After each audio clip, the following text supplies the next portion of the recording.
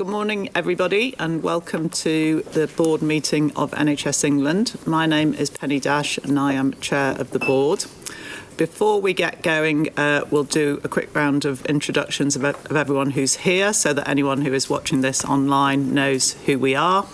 So it would be great if everyone could give their name and their role. So, Sue, let's start with you. Good morning. Sue Dehenny. I'm the Regional Director here in NHS South West. Very warm welcome to you. Thank you. Good morning. Jules Hunt. I'm the Interim Director General for Technology, Digital and Data. Morning. Paul Doyle, Executive Programme Director. Morning. Ravi Gurumurthy, Non-Executive Director. Amanda Doyle, National Director for Primary Care and Community Services. Robert Leckland, Non-Executive Director. Megan Pandit, National Medical Director. Good morning, David Probert, the Interim Director General, Performance and Delivery. Duncan Burton, Chief Nursing Officer for England. Jeremy Townsend, Non-Executive Director. Claire Fullen, Interim National Medical Director and Interim National Priority Programme Director for Neighbourhood Health. Andrew Norris, the Deputy Chair. Jim Mackey, Chief Exec. Elizabeth O'Mahony, Interim DG Finance and CFO for NHS England. Mark Bailey, Non-Exec Chair of the DDEC Committee. Paul Dinkin, Director General for Strategy and Healthcare Policy. Paul Corrigan, Non-Executive Director. Morning everybody, Sarah Jane Marsh, National Director of Urgent and Emergency Care and Operations. Louise Ansari, Non-Executive Director. Morning, Rob Checkitts, Communications and Engagement. Mark Coburn, National Director for Plan Care. Jo Lenehan, Interim DG for People. Good morning everyone, my name is Matthew Stile, I'm the Director General for System Development. Good morning everyone, I'm Rob Whiteman, I'm Chair of the ICB cluster comprised of Dorset, Somerset and Bath and North East Somerset, Swindon and Wiltshire. Great. I'm told I can't change my name yet. Yeah, exactly, to go back to Wessex. So, a couple of things just to mention. So first of all, a big thanks to Sue and to Rob for hosting us and hopefully sharing with us a lot of what is happening down here across the immediate area, but also the wider southwest. And welcome to Paul, who has just joined us. Great. So we have a few apologies for absence. So from Glenn Burley, Sam Everington and David Bennett. Does anyone have any declarations of interest that have not already been declared? Nope. Okay, great. So first item is minutes from the board meeting that was held in December. Has anyone got any comments on those? Okay, we'll take those as approved. Thank you. So we're now going to go on to updates from each of the board subcommittees, and we will start with audit and risk. Jeremy. Thanks, Penny. We not only had our NHS England Audit and Risk Committee, we also had our first joint audit committee in the last time frame with the department. And within that, one of the things we're managing is transition risk as we transition the department and NHS England together. Within that conversation as well, though, we also noted a number of material risks which we've been managing in the committee for a number of months, if not years. Cyber is a good example, systems within primary care, supply chain. And one of the key things, I think, in the next 15 months or so as we're transitioning is just to make sure we don't lose sight of the risks that we're trying to manage and we don't work on the processes as opposed to managing the risks. So the committee agreed strongly that we should be flagging the risks, making sure they're part of the 5-year, 10-year plan. We've got the appropriate resources in place, because if we're not careful on focusing on the 10-year plan, we'll miss some of the things that could jeopardise it. And Elizabeth, Jim have been working on that to come back with a plan for mitigation. One of the things as well, I think, and this to some extent sits across with DDAT as well, is should we put a more continuity exercise in around cyber, because we are very concerned around cyber, and that's, I think, one of the things for the board to consider as to should we do a more comprehensive continuity process, because having experienced one at M&S, they're not pretty when they happen, so it's just something to consider. That was it, Penny. Okay, so can I just pick up on that? Yes.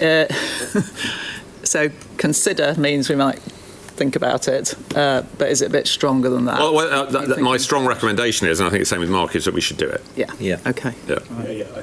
I think we do need a proper exercised plan for what would happen. with multiple stakeholders, and not just a paper book. Yeah. Is that okay, Jim? Absolutely. Okay, so we take that as a given that we will do that. Yeah. Okay, thank you. Does anyone have any questions, Louise? Thanks, Jeremy. Is there a case for an interim audit on the VR scheme? I think that's being monitored. I think Deloitte are having a look at the VR scheme, but Elizabeth, I'll defer to you. So we've asked Deloitte as our internal auditor to take a look and work in parallel with us. And obviously, Louise, we are also looking at how we repurpose EHRG as a subcommittee of the People Committee, which is obviously a subcommittee of the board, so we're keen to work with you on that. I think EHRG historically has been a group which has been wholly executives, and we would welcome some non-exec colleagues joining that group in the interim period. But also we've been looking at whether or not almost the rules, the legalities of the scheme are correct rather than the spirit of what's actually happening. And I think there's been an expression by I think it was Jim and Penny that we should look at that as a bit more of a remuneration committee. I'm very conscious when the information comes from EHRG through to the People Committee, it's consolidated, so it would be difficult for you to really test some of what's coming through. So that's something that we're working on together. Yeah, it's a really good point, Louise. I think it needs to be done now. You can't have Deloitte come in a year's time and say, did it work okay, because that's too late. So one of the things we've said to internal audit is we need to free up some of their plan to be flexible to looking at transition risks as they arise, and that's a very good example. So yeah, I'll follow up with, or we can follow up with. Okay, good. Let's go on to Quality Committee and the National Quality Board. Robert.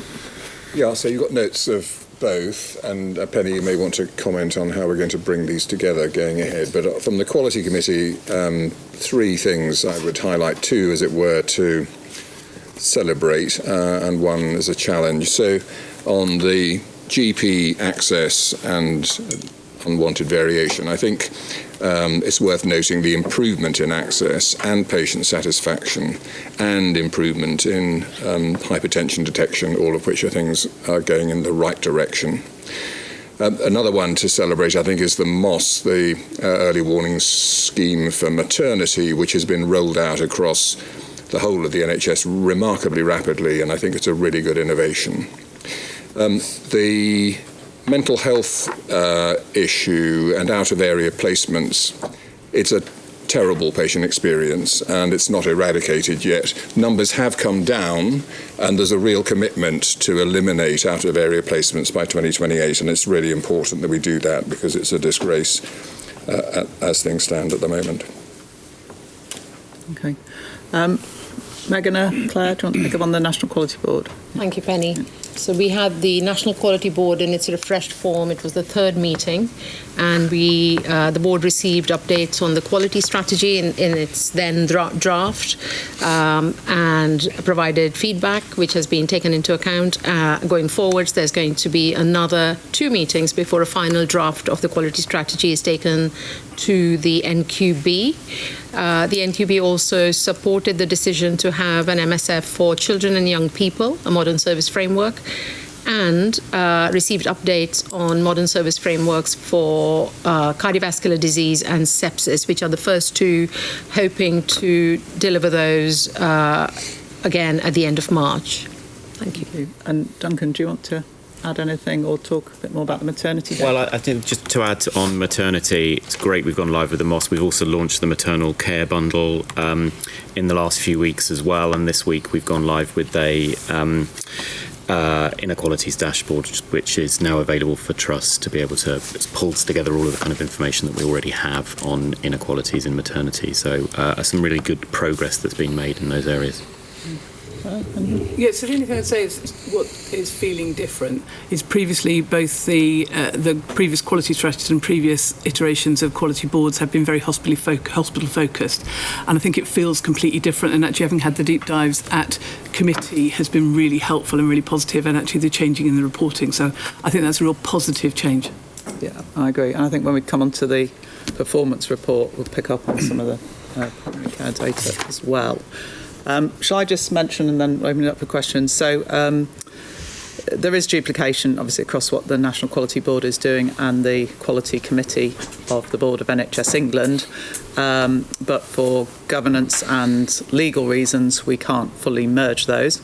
So what we are planning to do, and I propose we start this from March, is that we hold both meetings on the same day and we essentially run them together. So we've got more or less the same people. The National Quality Board includes people from the CQC. They wouldn't be on the Quality Committee of NHS England, but otherwise the leadership, certainly from this group, is the same. So that hopefully will make it feel a bit more seamless, be more efficient in terms of people's time, and allow us to get into different areas in more detail.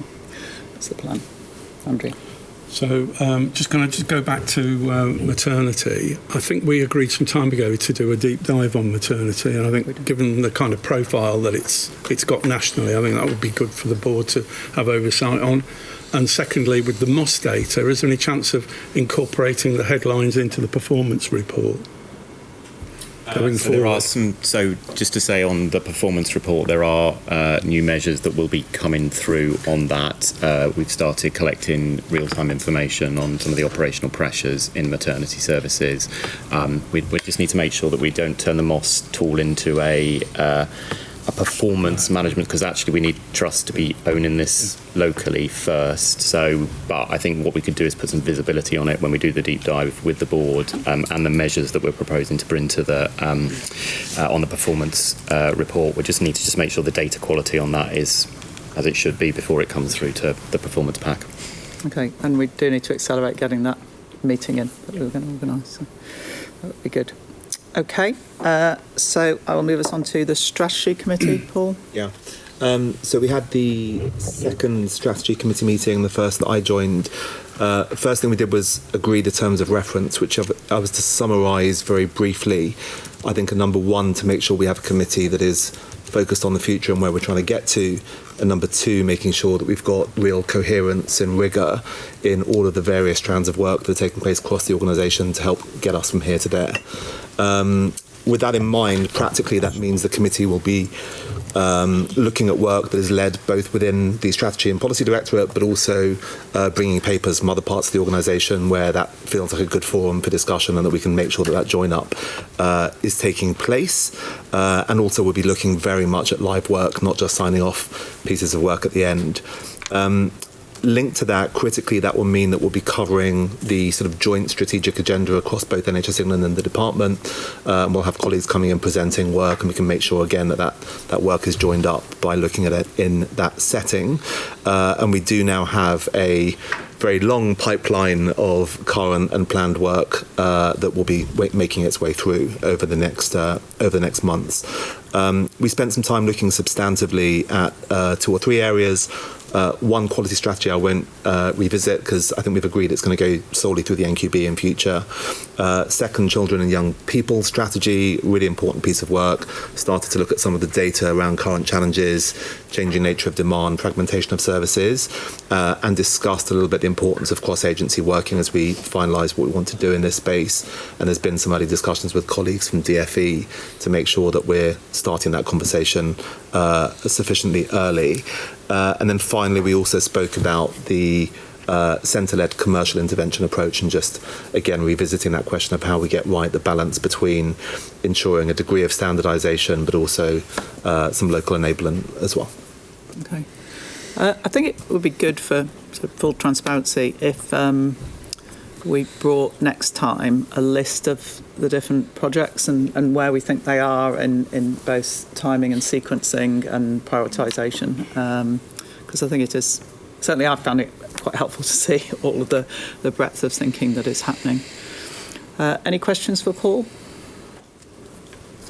Okay, so we'll go on to finance and performance. Andrew. Thank you.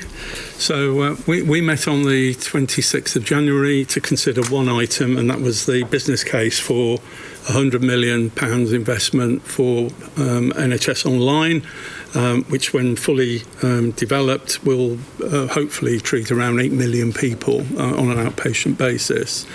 I think it's fair that a number of the execs have had several issues, and we've said go back to the exec team and have a conversation with Jim around presenting a kind of final business case, and we want to do that, Penny, by email correspondence in the next few weeks.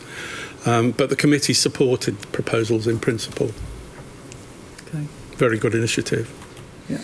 Does anyone have any comments, questions? No. Okay, so then we're going to Data, Digital and Technology Committee. Mark. Thank you, Penny. So, meeting was broadly split into two areas. One was critical national infrastructure and resilience and cyber, and the other bit was the transformation of the system. Across both areas, the teams are making solid progress in what is undoubtedly a difficult situation for them.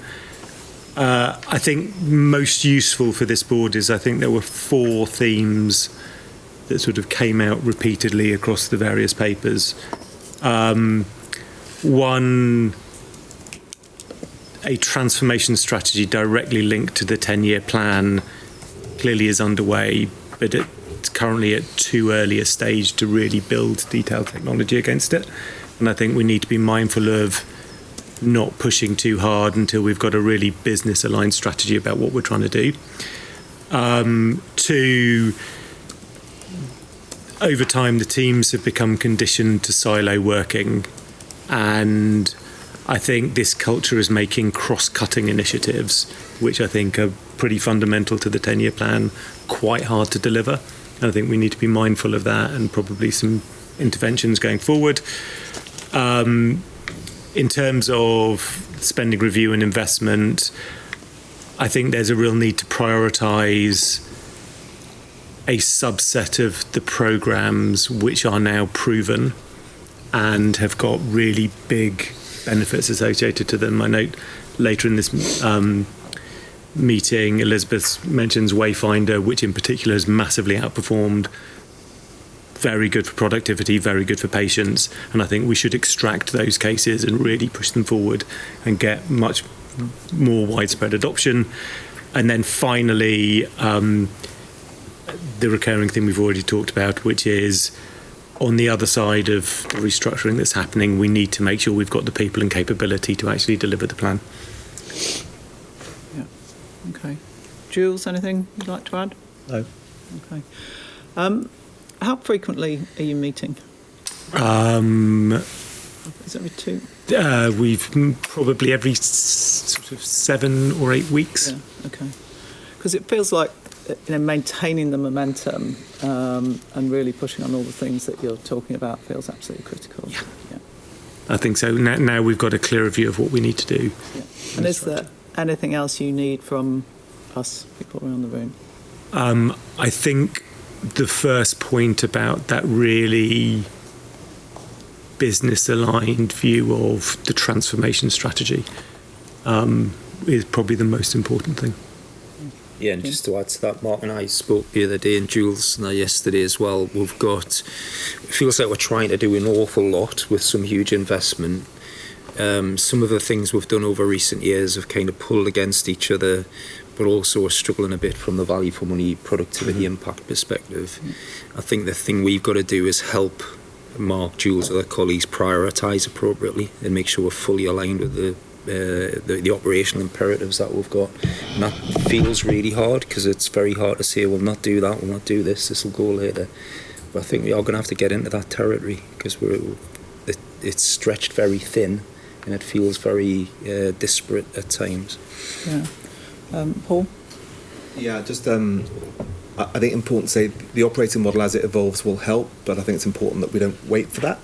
And I think in the short term, what that means is, and this is a part of the discussion we had last week, as we start doing more strategy work led out of my directorate, rather than completing that work and then handing it over to colleagues in the transformation directorate and saying, where's the tech bit of this? We're going to start forming more integrated teams from the start so that we've got that join up built in from the beginning.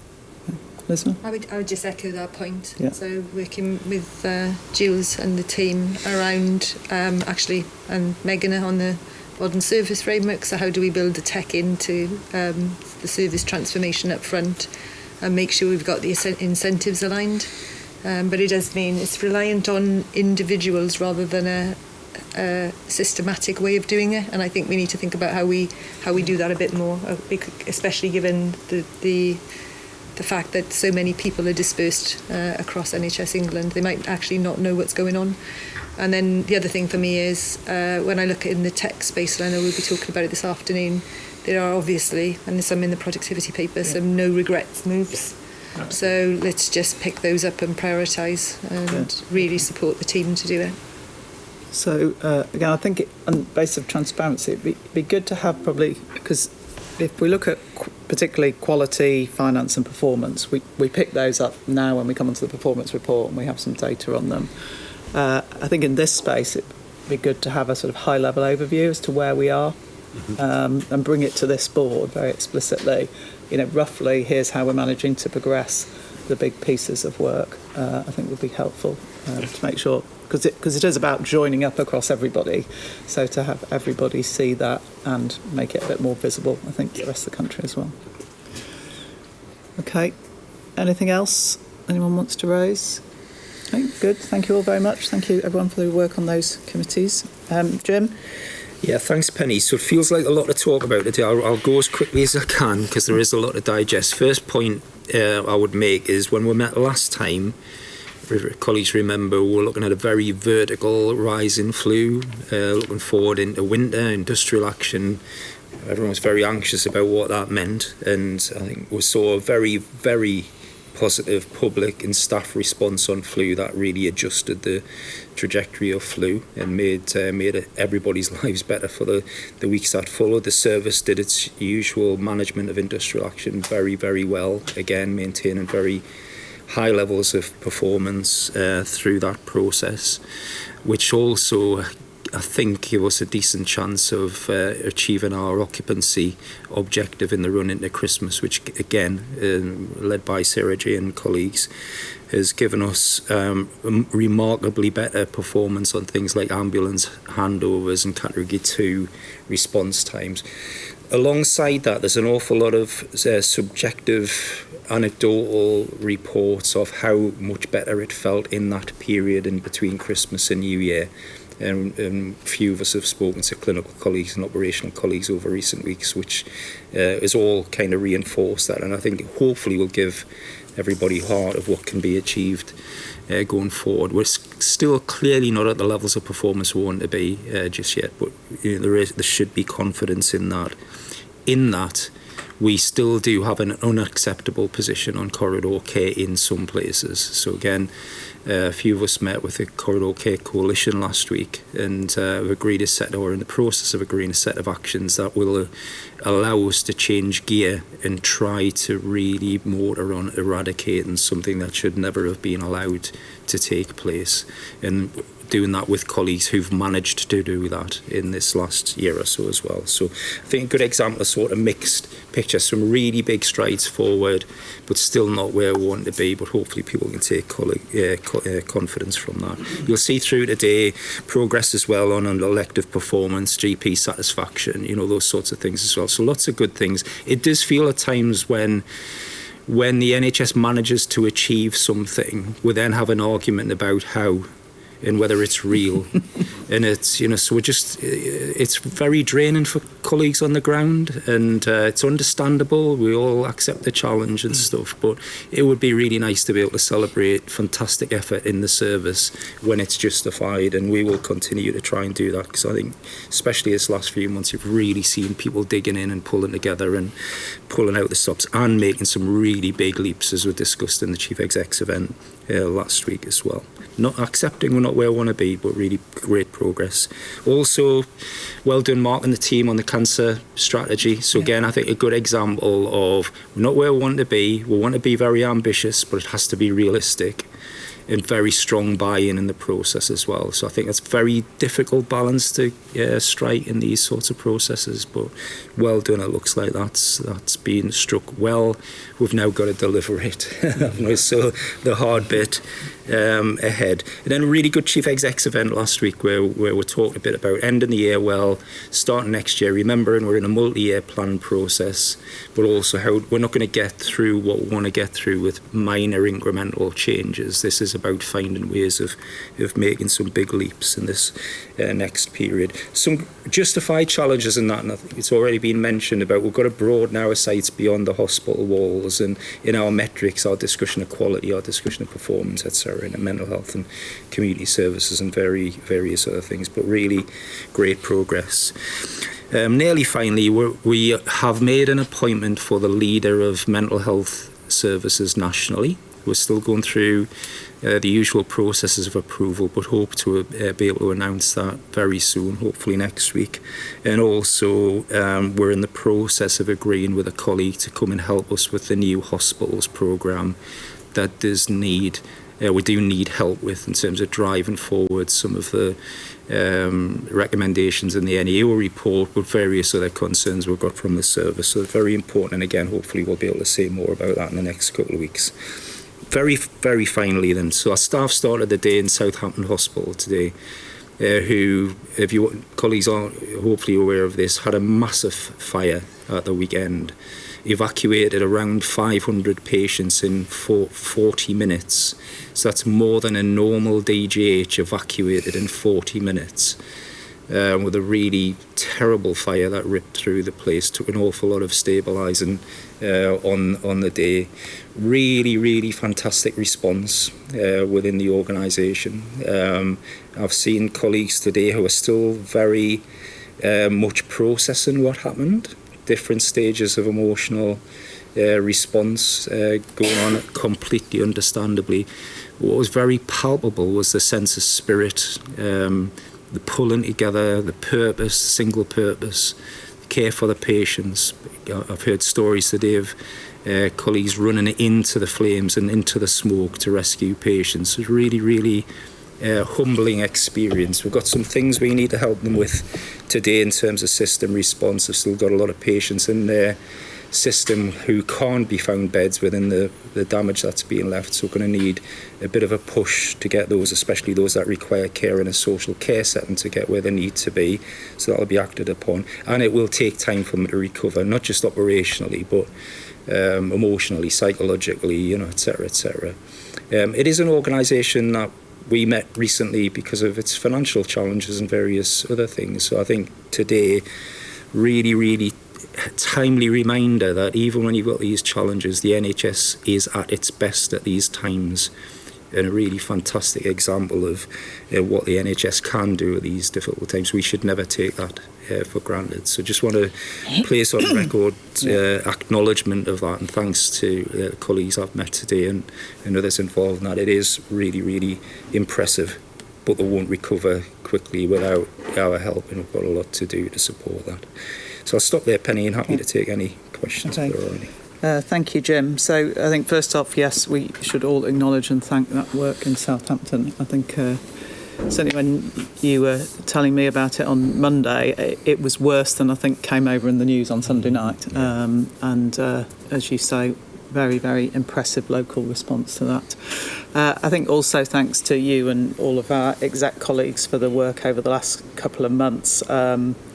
Certainly we're clearly not out of winter yet. It's still only first week of February, but it feels more positive than I think we were concerned about at the beginning of December. So thank you all. I know that was a lot of work, again, particularly preparing for the industrial action and so on. And a final point would be, I think your balance between saying we are making progress but we've still got a way to go is absolutely right. And we should flow that through really most of our conversations. We're definitely going in the right direction, but we are by no means where we want to be. Any comments, questions for Jim? Andrew? So, Jim, what's been the success around the reduction or improvement in ambulance handovers? What do you think's been the real thing that's turned?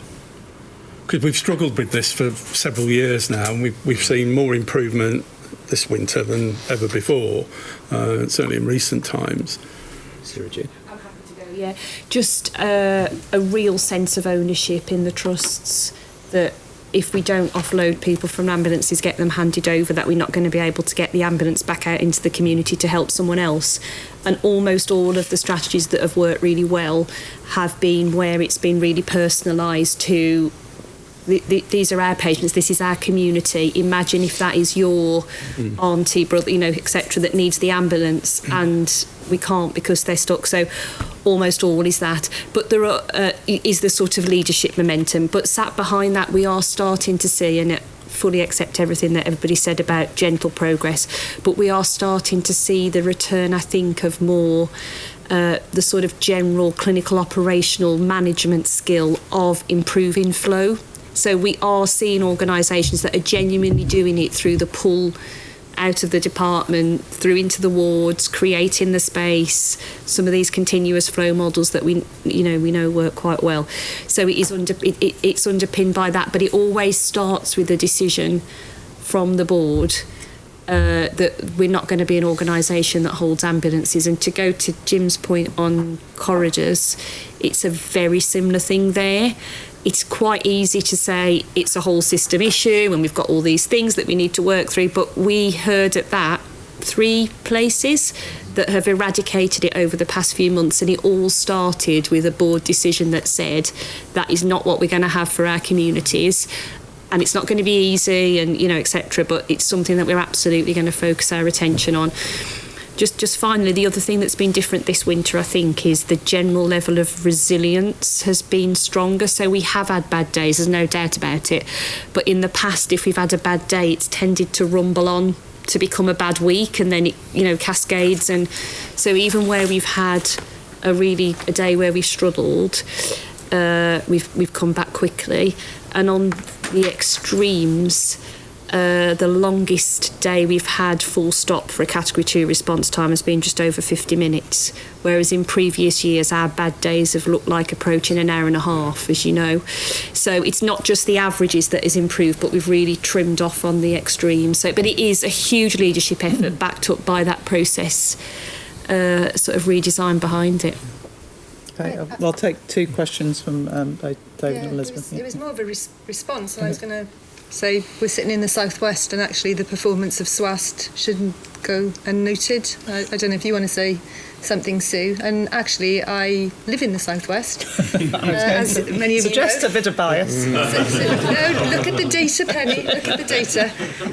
But what I would say also is, so I wasn't on call over the weekend, but it just reminded me actually the whole NHS and how we've got porous boundaries of regions. So recognising the work that Dorset did, and Sue and Trevor in the regional team over the weekend, helping in terms of diverts and just managing that flow. It's really impressive to see. But I don't know if you want to say something about the work that SWAST has been doing, Sue? Yes, certainly. I'm happy to, and I'd agree with Sarah Jane. It's a board decision that it becomes a zero tolerance to. But it's also looking at that dynamic risk and realising that you may be able to mitigate the risk in your particular part of it, but somebody else then has a bigger risk as a result of that. So looking at it as a dynamic risk as opposed to an organisational risk. I think it's also then about getting clinical buy-in. And I think we've eradicated corridor care in 1 or 2 of our hospitals, and that's been a commitment to staff who've said that's the worst. So it's about staff experience as well as patient experience, and listening to that and making sure that then gets fed through from a board level as a commitment. Okay. David? Which it sounds incredibly pre-planned, but it isn't. But just to support the last 3 comments, when we've been doing the last round, particularly the regional performance reviews, regions really do feel like they have a fantastic grip of supporting their ambulance colleagues. And it is at least in 2 or 3 regions we've seen dramatic turnaround and real pride in the performance of their ambulance services. So great credit to the regions as well and their leadership. Okay. So great. So to continue the progress, as opposed to make the link up with the where we were before, talking about the technology committee, when do we think we will get the tech that we need into the emergency care pathway? so that we don't have what currently happens of ambulance staff turn up and have an A&E nurse typing with one finger the notes in terms of what's happened to the patient, build on the great work that we've had with things like EECGs and so on, and then take that tech the whole way through the pathway. I mean, that's the join up that we're all looking to see. We saw some brilliant stuff at the FDP where they were using, AI and stuff to predict when the ambulance was coming in, send the messages through into the pathway. So it would seem like it'd be a really good tool for the hospital to use in terms of triaging ahead of time where stuff was going. And how many trusts is that in? I don't think it was in. No, this was an idea. So it's just. Oh, okay. Okay. Yeah. Just to pick up on Sarah Jane's point, just to flag one of the highest priority pieces of work that we've got progressing at the moment is the medium-term UEC strategy, and that will be the place where we're making sure that how do we get beyond really good operational discipline and performance sprints and into genuine technology-enabled transformation. And so I think we should see that coming together, at least as a plan in the next couple of months, and then delivery. I think our next big leap, Penny, in this space is, and it will be a big part of the corridor care plan when we see it, is that real concentration on frail older people that we are still bringing in too many numbers to hospital, often because there's not been a care coordination ahead. If we could really get into that group, it not only helps response times, the handover, reduction in corridor care and everything else, but it unlocks the key to so many other of our efficiency and productivity issues. So that's going to be one of our big focuses, working with Claire and team.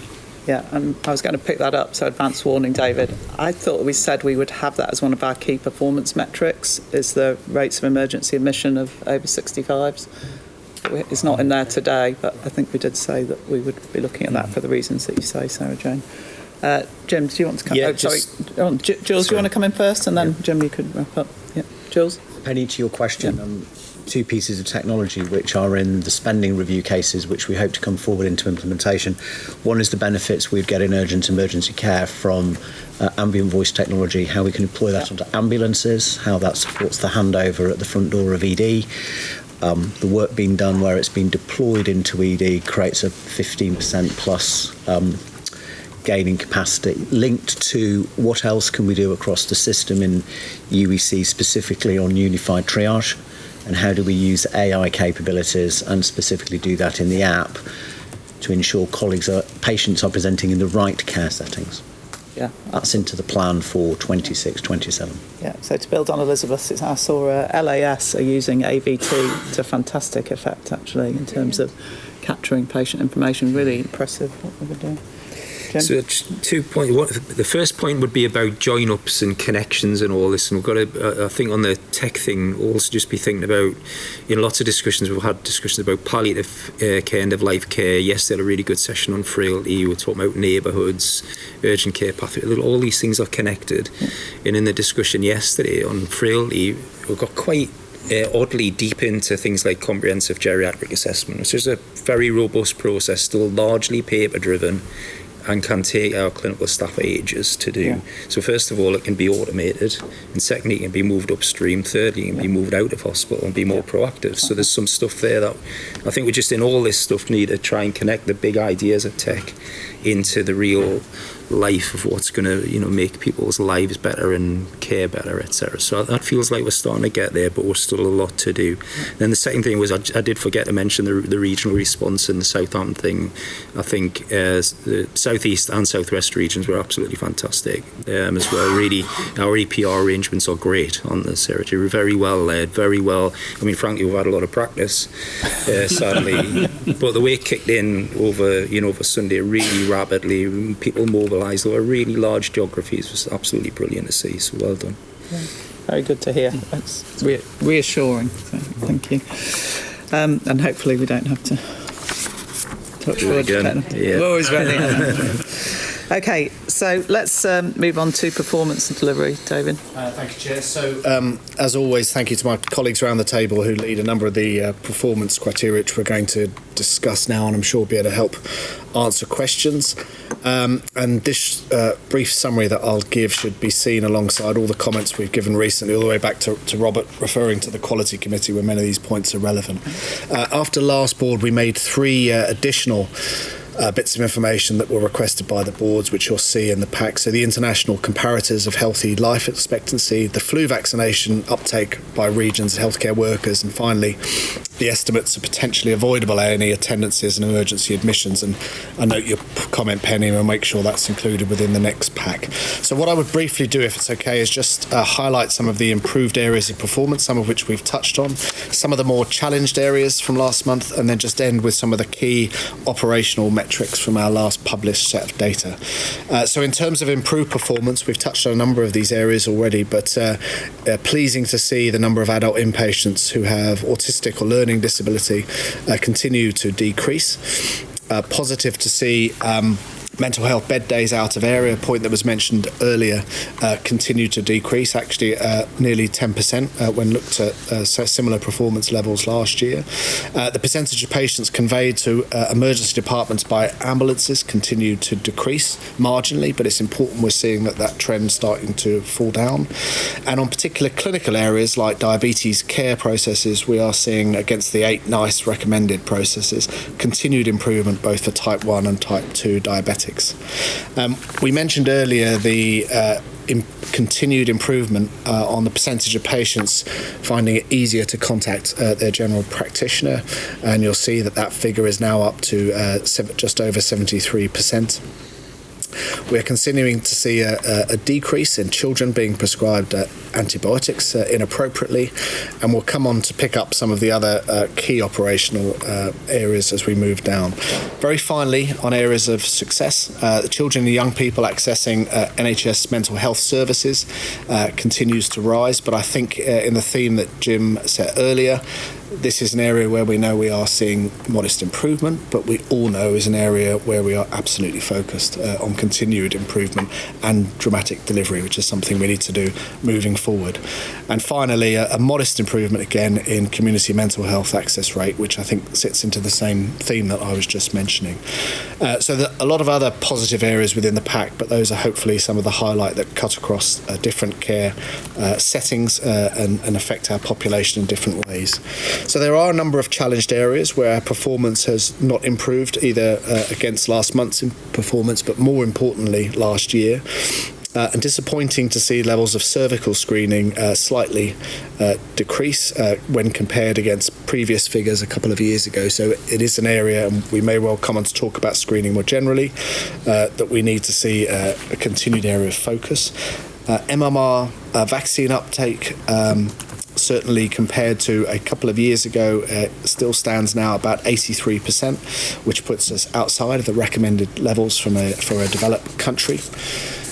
And though that brings us probably on to some of the key operational performance metrics just finally. So UEC, elective cancer and diagnostics. And again, slightly confusing, I know, but the data for UEC is driven from December, and the data for elective and cancer is driven from the published data of November. But colleagues, of course, may have more up-to-date data that they may be able to share. So just firstly on UEC, there was an average, just to remind everyone, of about 75,000 attendances per day. So demand, however, for services has decreased ever so slightly when you look at this month last year. Ambulance incidents continue to reach almost 30,000 a year, which is an increase from the same time last year. And 4-hour performance when last published was at 73.8%, which when looked against last year is a 2.7 percentage point increase. So something that I think reflects earlier's conversation of how hard people are working. The percentage of patients spending over 12 hours in A&E is reducing ever so slightly since last month, but has improved again compared to last year. And finally, as mentioned earlier, Category 2 mean ambulance performance was 32 minutes just over, which is a few seconds faster than before, but about 14 minutes faster than a year ago. So probably matches exactly the conversation we were just having. When looking at elective and the published data for November, our waiting list has decreased down by almost 86,000 to the previous month and 170,000 from last year. And of those waiting, nearly 62% were waiting less than 18 weeks. The proportion of 52-week waiters was 2.1% in November, so again an improvement on our position last year as we work at attacking the tail of the waiting list and the bulk of the waiting list in the middle. Final two areas of focus, if I may: cancer, where performance against the FDS standard was higher when compared to last month, but sadly ever so slightly lower than the previous year, and I know is an area of particular focus for all systems. And then performance against the 62-day standard was 70.2%, which is higher than last month and higher than our previous year. Finally, on diagnostics, nearly 22% of patients waited over 6 weeks, which is slightly worse than last month and slightly worse than last year. And of course, the diagnostic pathway impacts the cancer pathway clearly. So very happy, Penny, to take questions, and as I say, colleagues around the table as well, very close to this. Okay, thank you, David. So what I might do is take all the questions, and then we'll come back to you. So, Louise, first. Yeah, thanks, David. And yeah, some really good things in here. Well done to you and colleagues and the whole system. Talks about ambulance response times, people off the waiting list, also people being able to see their preferred healthcare professional all going up, which is great.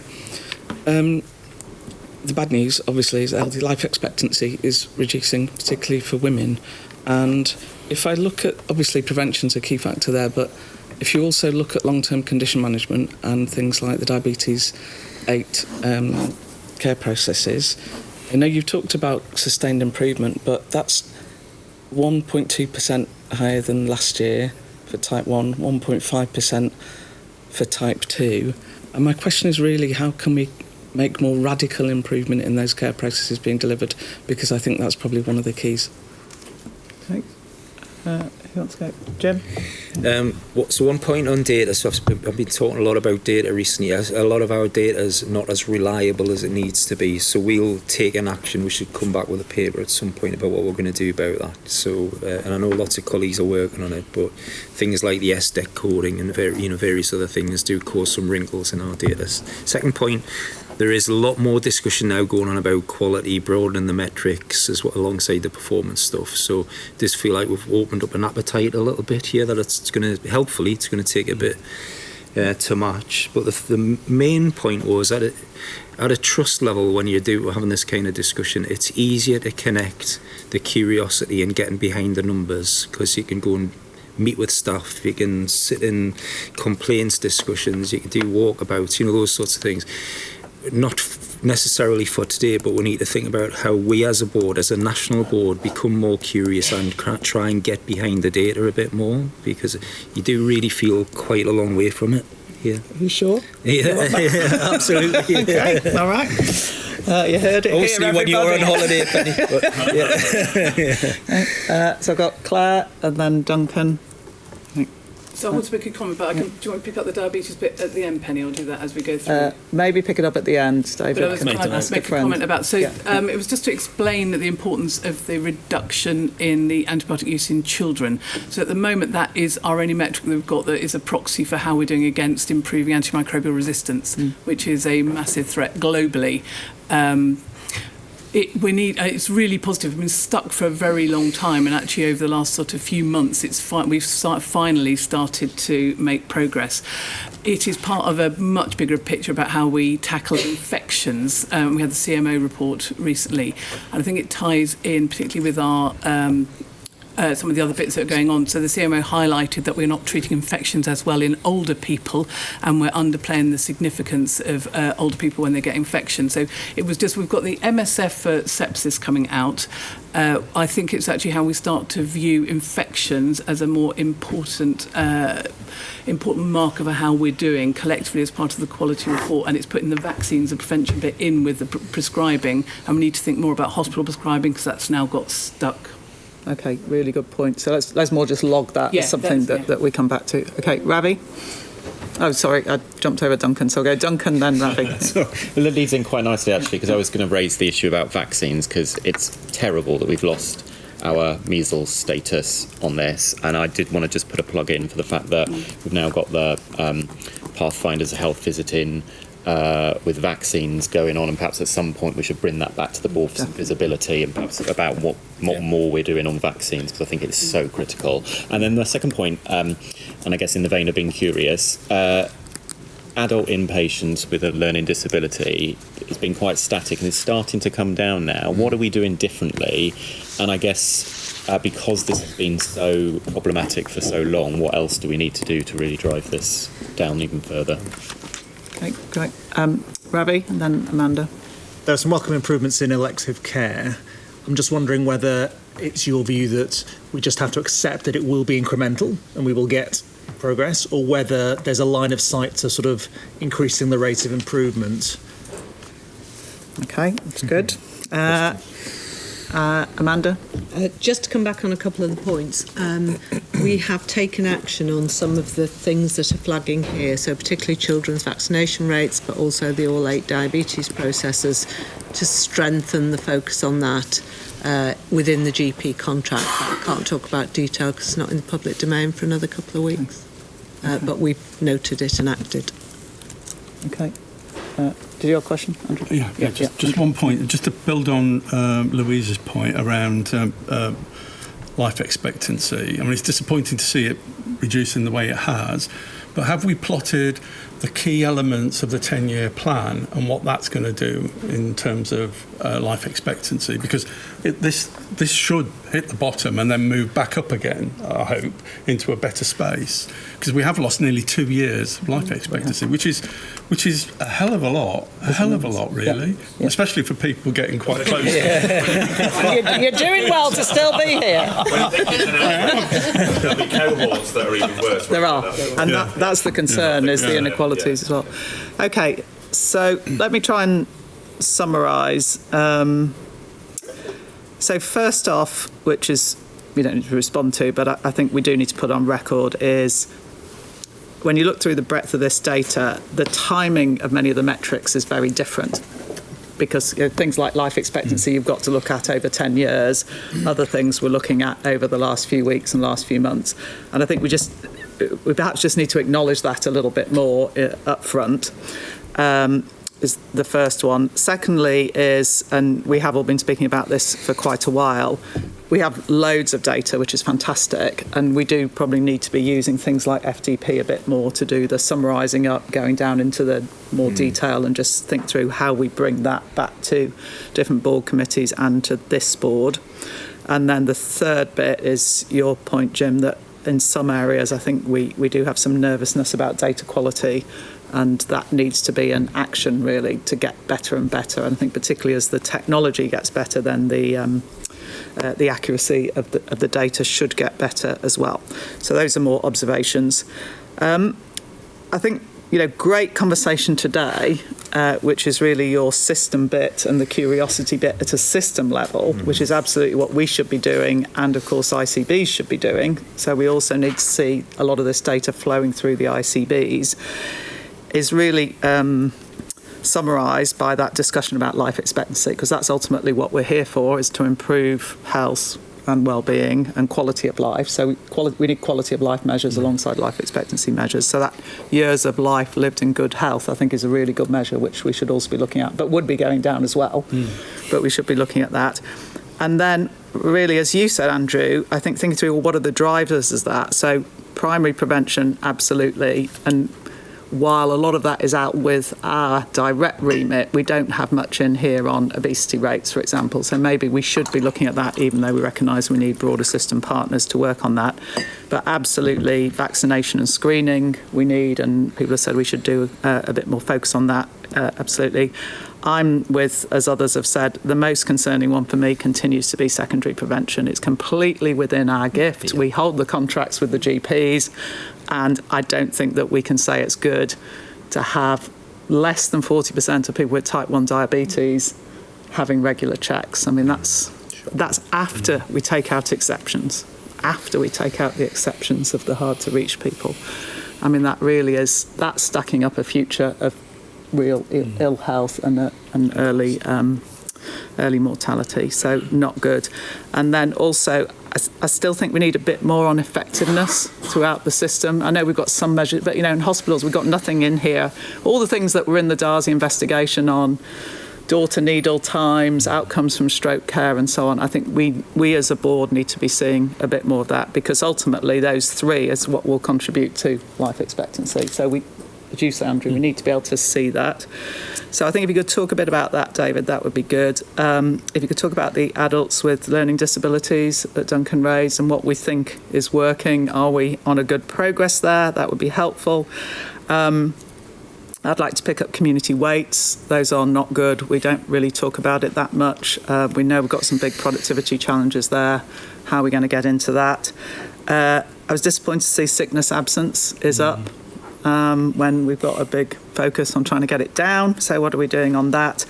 And then Ravi's question on how quickly do we think elective weights can come down. We had some good, having lots of conversations about that, and we'll have more this afternoon, but it would be good to talk about that. Yeah. I'll take back what I said before, by the way. There you go.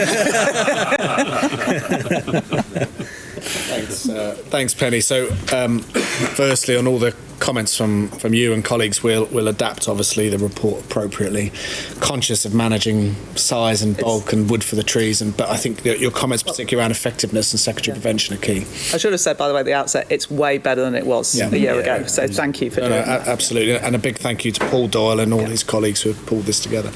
So if I may, I'll use colleagues around the table to try and appropriately take some of the questions. So firstly, on Louise's question around long-term management, particularly on diabetes, I wondered, Claire, is that an area you'd like to? Yeah, I mean, Amanda's covered some of the points of it. I mean, it's important that this data is from the National Diabetes Audit, not from QOF, which is why I think last time you met it appeared it got worse. So we've got, just by actually taking the quarterly data rather than the annual data, it's different.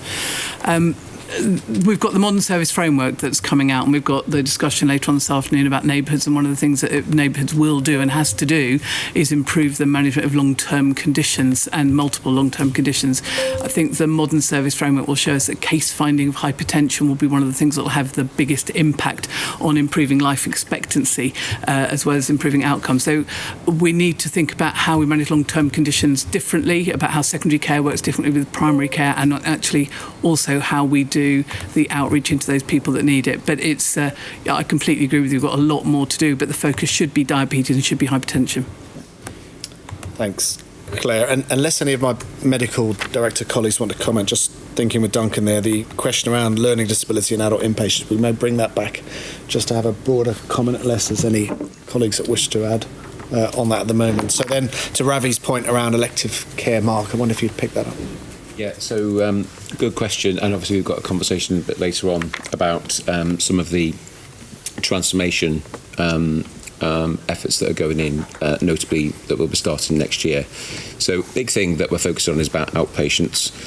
We know we're already seeing the significant impact of things like advice and guidance, where we can get patients having a diagnosis much more quickly than being added to the waiting list and waiting for a period of time at the moment, a diagnosis and having their treatment started, and having clinicians in primary care, clinicians in hospitals, and sometimes involving the patients, enabling a much quicker consultation, much quicker diagnosis to be achieved for patients. So we know that's one key element. The second is about some of the digital transformation that we're going to see. We had a conversation before about how AVT can be used in different settings. We talk a lot about it in outpatients. We think there's probably about 10% productivity opportunity in outpatients. If you think the breadth of outpatient activity we do, the number of clinics we run all the time, it's a significant benefit that we could realise.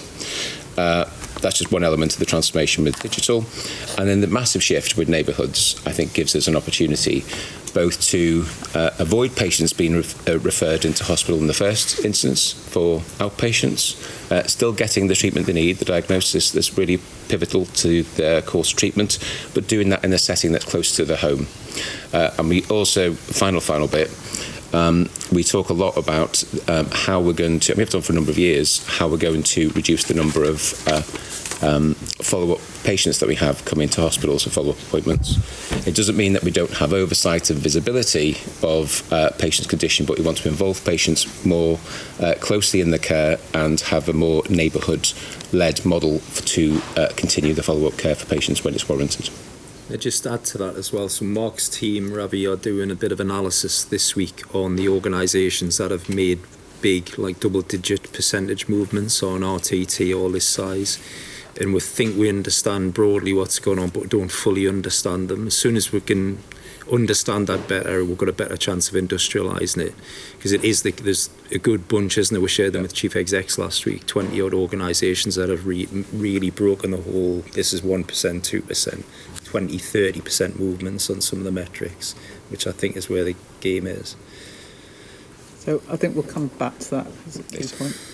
Okay. I think there's just two final areas, Penny. The first is Andrew's comment around life expectancy matched against the 10-year plan. I think is a really important one. I don't believe that we have that information, but I'm looking slightly at Paul. Sorry, from a strategic perspective, whether that's something we would want to, with public health colleagues and with broader colleagues, it would be an important exercise, I think, and something that will bind and motivate people on the power of the plan.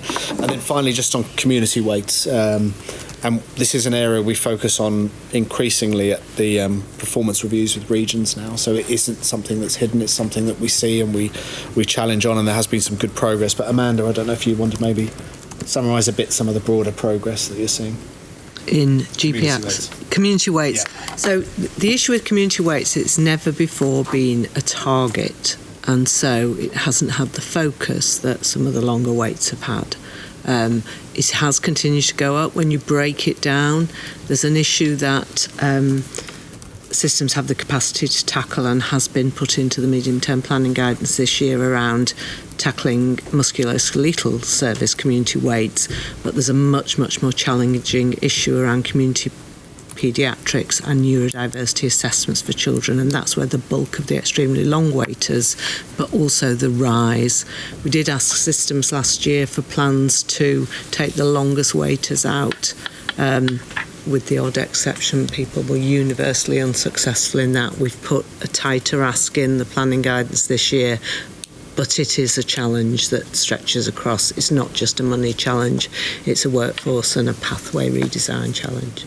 Okay, so we've got work underway on neurodiversity, autism, ADHD, but it would be good to see we haven't had a discussion at board level on the data. So how many people are waiting?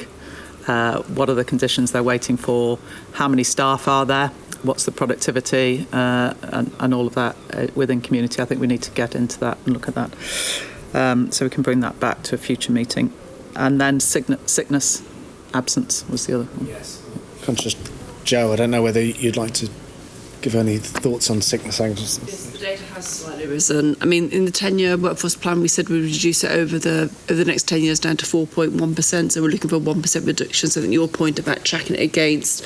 So on trend, it's not that big a change, but actually we do need a directional change. There's a lot of effort we're putting into that.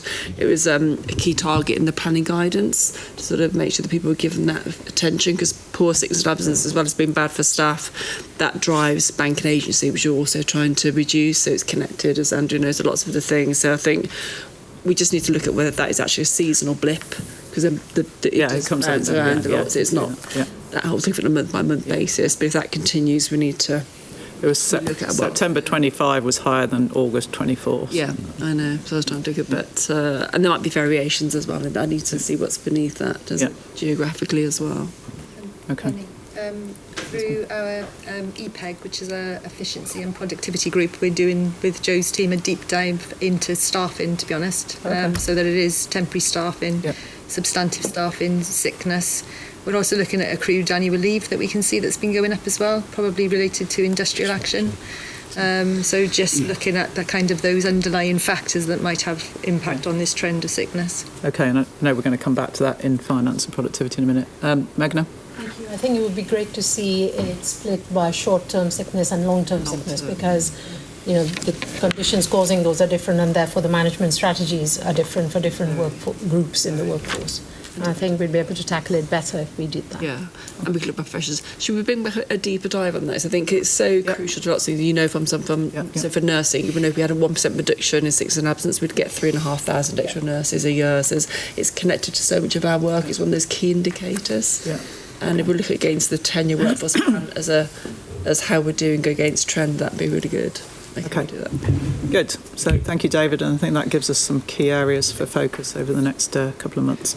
Elizabeth, China. Yeah, thank you. So at month 9, it's a short paper. It's a bit of a snapshot, to be honest, because the month 9 work continues, but we wanted to bring it to you real time.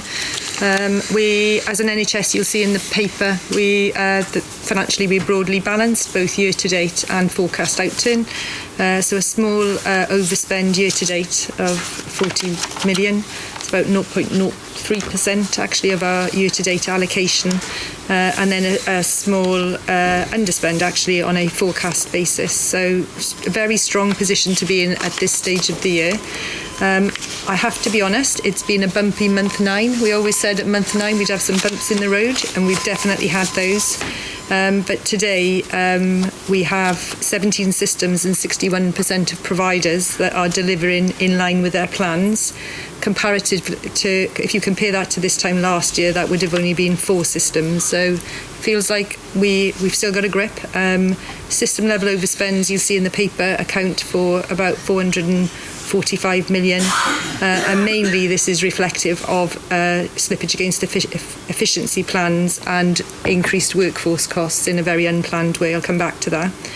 At month 9, we did signal to the sector that we were distributing some industrial action funding for both. This is a contribution towards the cost of industrial action for November and December strikes, so we can cover it in full. We use the SITREP data that was provided to us as a basis of distribution, and effectively that funding was generated through a moratorium of spend within both NHS England and the Department of Health. So it wasn't a reserve or anything. It was funding that we generated by stopping some things to ensure that we could support the service more broadly.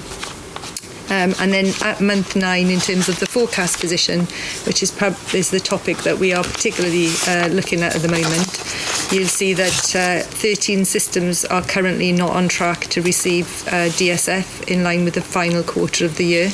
The way that the DSF actually works is we have our reported numbers come through to us, and then working very closely with the regional teams, we look at the confidence as to whether or not those systems would recover between now and the end of the year. And obviously with 1 quarter left, there's less time to recover. And what I can say is we've had 2 ICBs and 21 trusts at month 9 that have actually signalled that they now formally, through board reported process, want to change their forecasts to a deficit. Those revised deficits, when they've come in, we're working very closely with our regional teams to identify further actions between now and the end of the year to see if we can reduce that run rate. Really important to manage the run rate into next year, even if we can't recover the full costs collectively.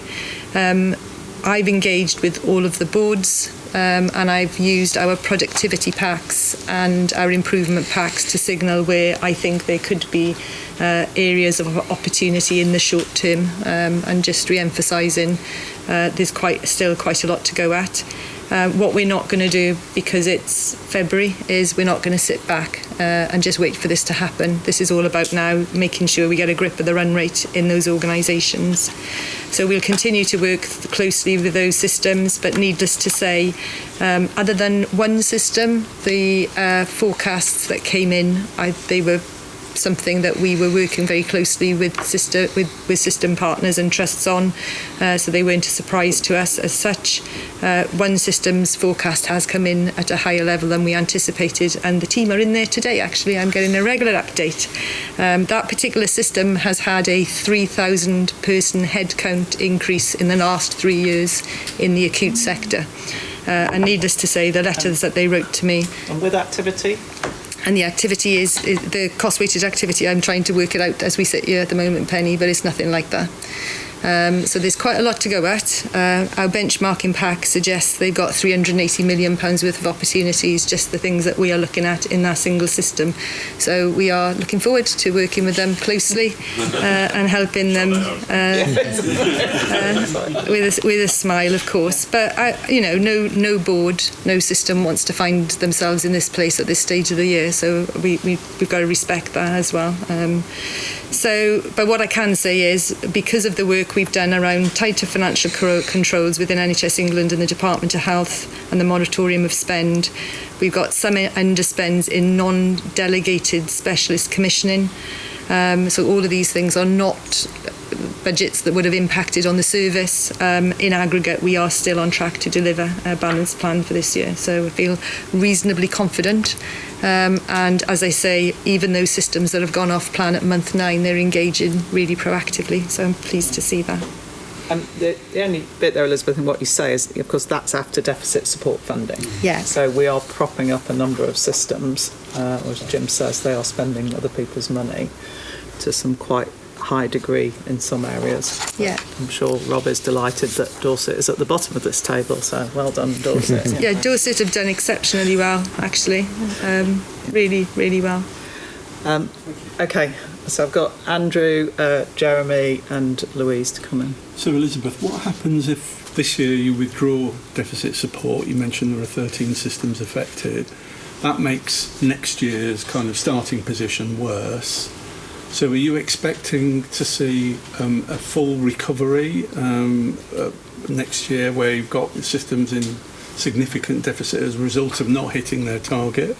I build on that because I've got a similar question, which is, given the way you're managing it, and well done for managing it so tightly, are any things you're doing it for managing this year mortgaging us into next year in terms of risk? So it's a similar question. Yeah. And So, well, let's take, because I've got one question that it builds on that as well. So I've heard a bit of a rumour from the system that a lot of the savings to date have been non-recurrent.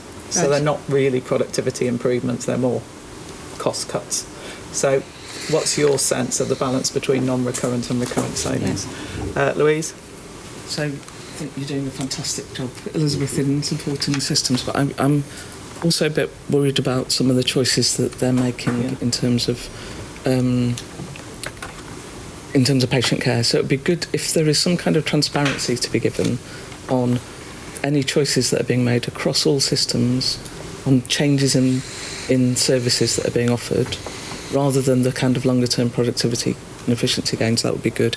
And then on the point in paragraph 7 about non-delegated specialised commissioning NHS England, what is that, and is that having any impact on patient care?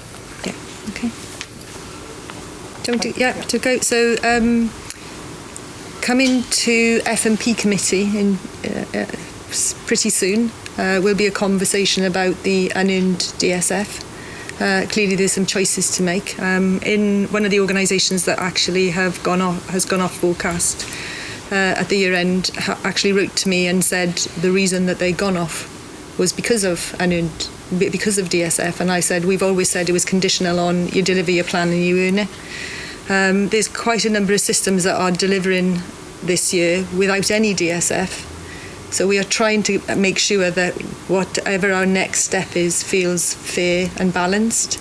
And one of the conversations that we've been having with our CFO advisory group is, would we redistribute some of that DSF to those systems that are delivering, recognising they'd only get a cash benefit because they'd have to put it onto their bottom lines. That's one of the things. The other thing that we've engaged with the systems on that have gone off at month 9 is going back to boards to say, in the event that you can show a step change in this last quarter, you could earn a proportion of your DSF back. But ultimately what we don't want is to be sitting with an underspend in NHS England. And then the bit, Penny, that you made a point about, there's support going into systems. It's quite complicated, and we can see it in allocations. So some of these systems in effect are below target, so they would have got some of this money. So what we're doing over the next 3 years is effectively unwinding the DSF and putting it into the allocations, so moving everybody closer to target. And I described, I think, in CFOs and chief execs last week, We agreed the principle of the pace of change with the CFO community in the summer when it was a number-free zone. I think that was really important because as soon as everybody's seen the numbers, they've all got a different opinion about how fast we should unwind it.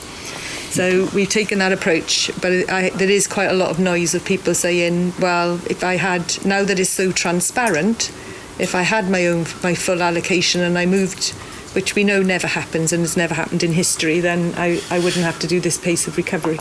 So that's attention. On Louise's point about choices, so all of the choices and the SIP plans that come in, both at plan stage and then during the year, working really closely through regional teams, they're quality impact assessed, so we're constantly looking at that. For example, I won't name the system, but quite recently we knew, and I was alerted by Amanda Doyle, and she doesn't know I've acted on it, that a system was withdrawing hospice funding, which didn't feel like the right thing to do. And felt like a very knee-jerk reaction. So we've gone back to help that system find an alternative solution to withdrawing the hospice funding in year, recognising there needs to be local commissioning for all of these services. If we see something that we know is inappropriate, we will step in and help people find alternatives. In SpecCom. On SpecCom, the way that specialist drugs and devices work is as the costs are incurred in the provider, we pay directly for those costs, and we currently the current costs of specialist drugs and devices is actually lower than we forecast at the beginning of the year, so it's come down. So Paul wants to come in just for that. I think, and this would be a big exercise to do. But it feels like if we link these conversations, so back to where we were on life expectancy and quality of care and so on, it would be nice to see at some stage what money do we think we should be spending and on what services if we were to maximise life expectancy and quality of life. And that would take into account the impact of those services on life expectancy and quality of life, but it would also take into account what we think the costs should be if people were working efficiently and effectively. And that would then give us something that we could actually be monitoring all of our finances against. How close are people to actually delivering a high quality and efficient service? And I think at the moment we don't quite have that, so it's quite hard. I think, so things bubble up, like it also helps the external narrative, I think, around the business case and the country for spending on the economy, etc. So. Yeah, well, yes, that's the other bit, is where are we investing? I think we've got pieces of the jigsaw coming together. Yes.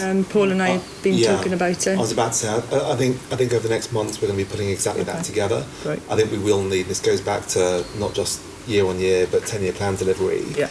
A view on actually how do we expect a pattern of activity and cost to change in line with proposed service model changes, left shift productivity, and can we see that in the round and in year on year say, is that where we're headed or are we adjusting?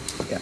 Okay. I think we need to be realistic about the timeframes in which we'd be able to do it for the whole service. Yes, no, I recognise that. Paul? I think I want to make a sort of NHS comment about grip, because I think what you're describing isn't grip. It's relationships. Yeah. And if you think about people coming to you and you going to them, it isn't grip. And what you've done is construct a set of relationships, and they have a set of relationships with you back. And the way in which historically NHS has talked about that, I think is wrong. I don't think it's grip. I think it's a relationship. And relationships is not that. Relationships is both ways. And that's what I think is being constructed. And what that means is once you have a relationship, you can then start talking about, going to CFOs and talking about, let's think about life expectancy. It's quite a difficult conversation, but now you've got a relationship, you can start to have those discussions. Whereas actually, if we're just telling them all the time, it's not a relationship. So it's a bit about us having the assurance that we are spending the money on the right things and in the most efficient way, and as you say, having a dialogue that enables those conversations. And I hope that we'll start to see, again, early days, recognise that, when we come onto the medium-term planning submissions, one would hope that the ICBs are starting to think in that way. Where should they be spending their money to improve health? Yeah. Okay.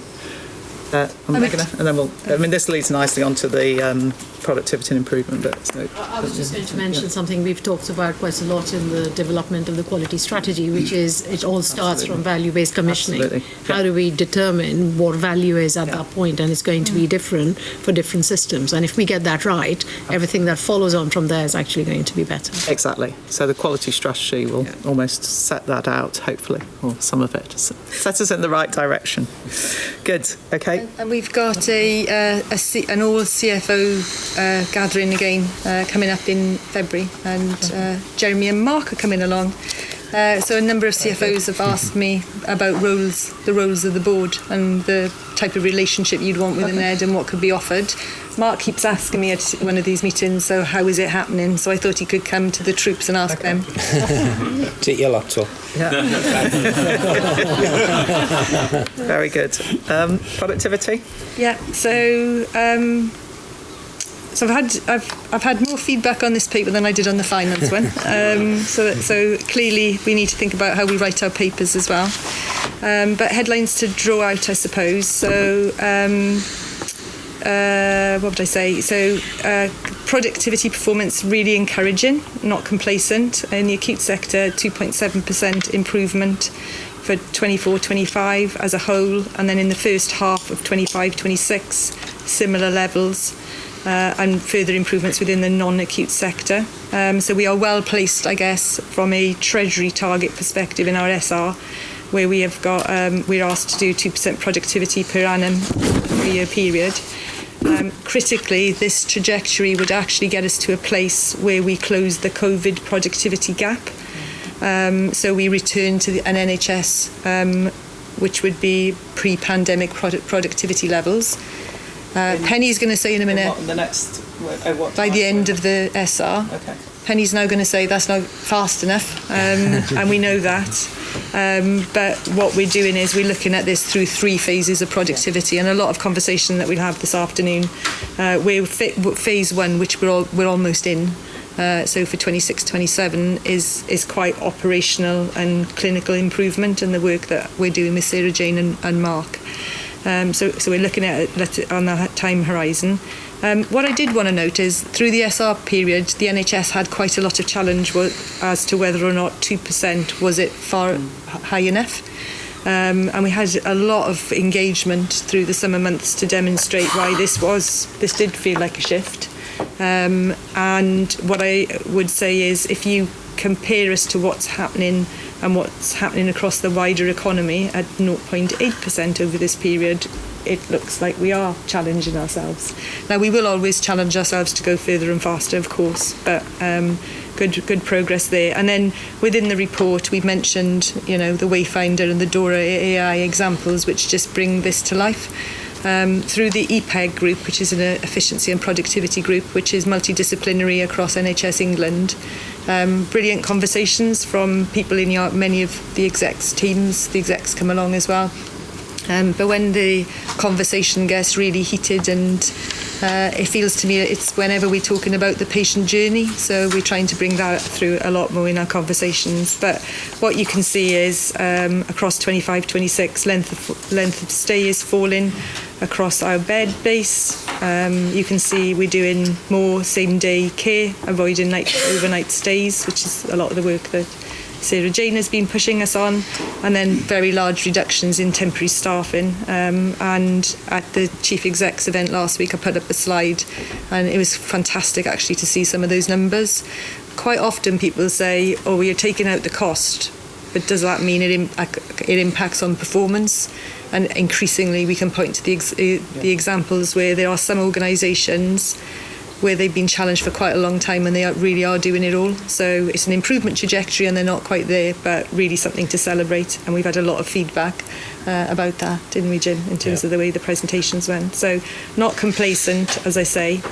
And then I guess the biggest sources of productivity opportunity for us are technology and left shift. So we might want to have a conversation about that. And then just to highlight, so this board has really challenged NHS England and me quite hard about transparency. So there is a detailed guide on how we calculate productivity, quite meaty guide that's going to go out on the 12th of February. Along with, we'll start publishing monthly productivities information at a trust level. I've been told this doesn't happen anywhere else in the world, apparently. So that's a first for us and our little team. But this will give patients and clinicians and leaders a much clearer progress of what's going on. Recognising the point that Jim made about data. In the past, we would have tried to polish the data and then we would have resisted sharing it. And I think we're doing quite the reverse this time. And then with thanks to Penny as well and a number of her contacts, tomorrow actually we've got a number of the think tanks in and some really key stakeholders to take them through our methodology, and the feedback to date's been incredibly positive. So much so, I think others are looking at joining forces with us and changing some of the ways that they look at their metrics as well. But yeah, so we're rising to the challenge, I would say, but there's always so much more we can do. Good. Comments, questions. So I've got Mark, I've got Ravi, Robert, Jeremy and Andrew. So I'll take them all together. Thank you. I really enjoyed reading this paper.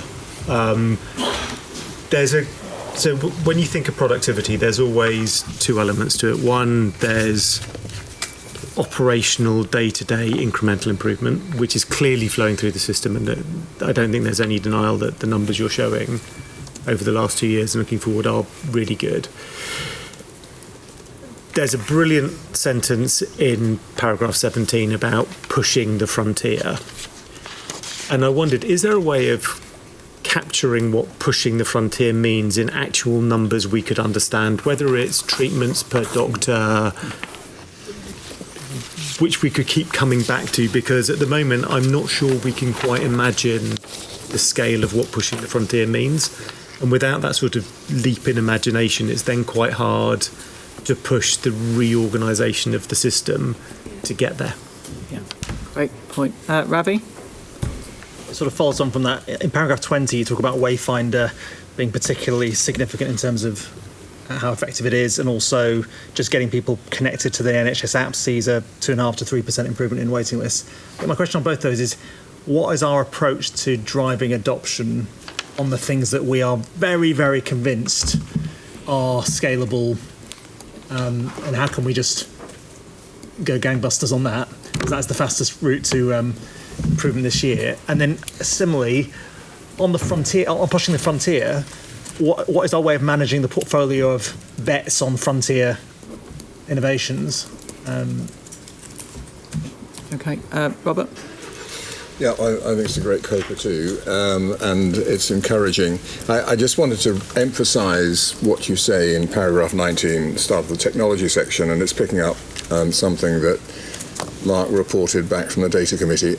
I think there's a real opportunity for non-incremental gain if we pull off the trick of integrating technology with pathway redesign. At the moment, they're not working together in the way they should. So I think at one of the earlier data committees, someone was there who said there are 3,700 individuals whose job is transformation across this system.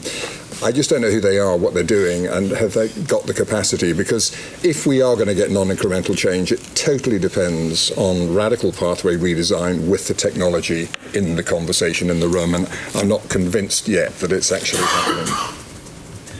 Jeremy? Yeah, so it's a great paper. Inevitably, I think in efficient, we tend to look at left to right, what's in year, what's short term, and based on the conversations a lot we've had today, I'd be really interested in a 3-year, 5-year, 10-year view as to where are we spending, what the priorities, how are we linking it with the IT transformation, where are we placing the bets, where are the biggest, easiest to hit, biggest impact areas, so we can get a better view of what that future looks like, because otherwise we're going to be doing it week by week as opposed to here's the game plan, how we're going to execute it.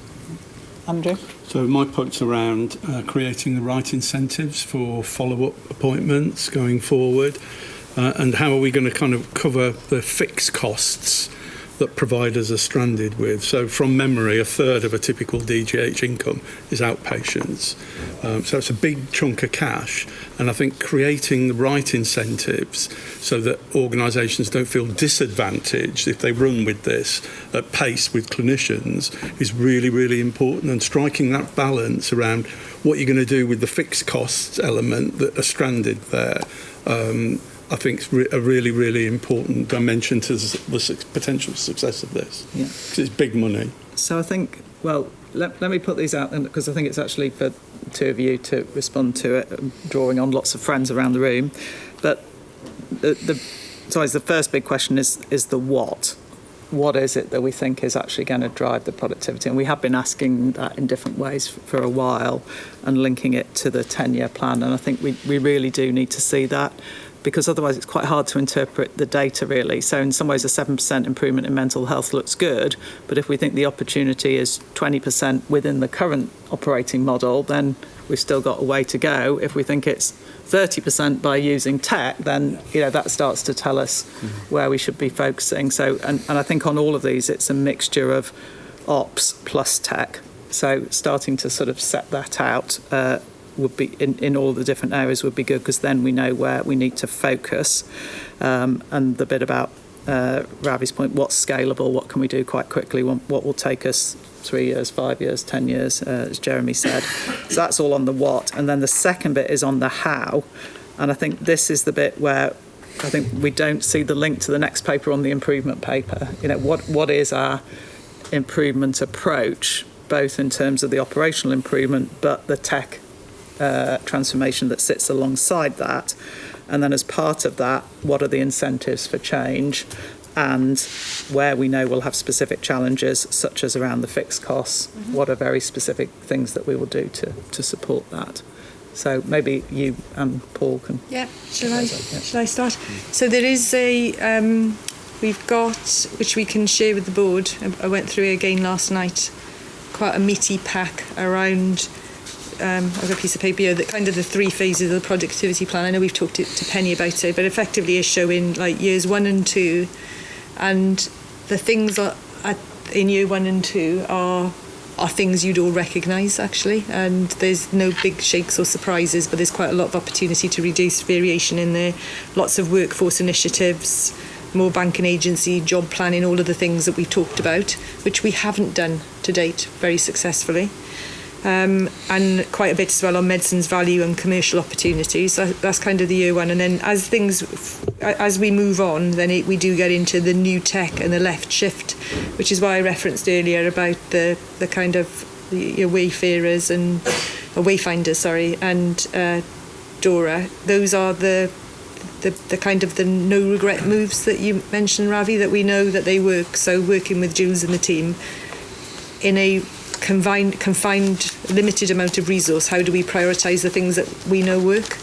But it's not for us to do it in NHS England, it's for us to enable it out in the service, and I think that's the challenge at the minute.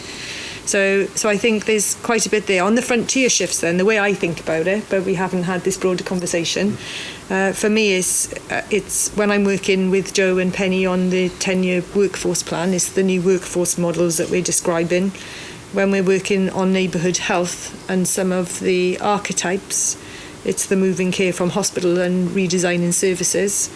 And then it's the tech work, which I do feel like it feels a bit separate to me, and I'm trying to, maybe it's just not my comfort area, so I'm trying to lean in and appreciate that a bit more. But I do know there's bits of tech where I can see that it really works, and I want to garner it. And then through the finance team, what we're trying to do is link into all of these strategies and pieces of work to create effectively the payment models, as Andrew's described, and the incentives, so that if there's a service model in future, you pay for that pathway almost like a should be cost. We talk about it because it's better than best practice, and people will have to change their approach, but we need to make sure they've got the tech, they've got the support to change the way they're doing it, and financially the flows work for them. And I think for me that's the start of the bit of the model of change, as well as going back to what Paul said. So I think the success of the finance community and actually what this broader team has done in the last 9 months has been about the relationships. I don't think I've ever gone and told somebody what to do, but I've expressed a view and said, more importantly, I can see somebody over there that's doing it, and they might have been further back than that individual or that system was, and that seems to get a bit of momentum. So some on there. Okay. And Paul, do you want to come in and also pick up the fixed cost, please? Oh yeah. We're asking you a lot. I'll do the fixed costs. Yeah. We can come back to fixed costs. I think a lot of the same themes through various discussions this morning, right, and the ones that we've had in DDAT as well in particular. So the work that we're doing, and when I say we, I mean we collectively across various members of the exec team and our colleagues, I think it's going to be critical to pull this together. And what that will look like is anchoring ourselves on what are the outcomes that we're trying to achieve over the next 1, 2, 3 years, in particular around sort of performance commitments and productivity.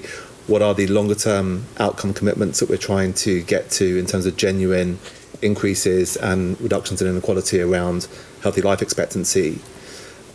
We then, as we've all been saying, I think several of us today, need to make sure that we've got genuinely integrated approaches to the things that we've identified that are going to get us there. So all of the pathway redesign work, the MSFs, and the various other strategies that link to them need to be developed jointly, which is what we're kicking off in some fundamental areas.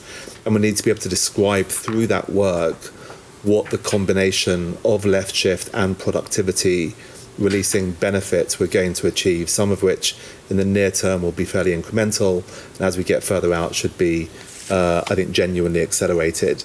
And all of that, I think the ingredients for all of that work are in the 10-year plan. And I think our job is to pull that together in a structured way with some proper analytical frameworks around it as well, such that the board are able collectively to assure yourselves that actually we're on track and delivering it. Okay. I would just add to that, because I appreciate Paul and I haven't caught up about the plan, the productivity plan that's gone through EPEG as such. So there's the makings of that, the analytical information. Year 1 and 2 is quite robust, and then it gets a bit flaky, to be honest, as it progresses. But all the ideas are there, and importantly, a lot of clinical buy-in. The other thing I would say about is, so Jim, a long time ago, and I think you've talked about this for years actually, about us putting in EPRs before the clinical strategies are ready. So it goes back to Robert's point. So now we've got a different process for putting in EPRs, and actually our business case approvals process as well. So we're looking at the behavioural change that we're expecting, and we're actually looking at the clinical strategies as well, rather than here's a dollop of money and we'll see you in 5 years' time and see if it worked. Okay. On the fixed costs, yeah. I'd love to say there was an answer to this, and I think, Andrew, in effect, what I'm always pushing through the neighbourhood health conversation is that there's skin in the game for all partners, because I don't think, I think we need, if it's going to be out of hospital, it's got to be pushed and it'll be held on to unless there is sufficient skin in the game for everyone. But also I would just say a bit of a shout out to the CFO community. We have created headroom collectively this year in order to fund industrial action and other things. I'd love to be able to do that again, but not to fund deficits. So, people submit your plans in February, balanced plans that stack up. We've been doing planning since June, so there's no reason why that can't be a reality.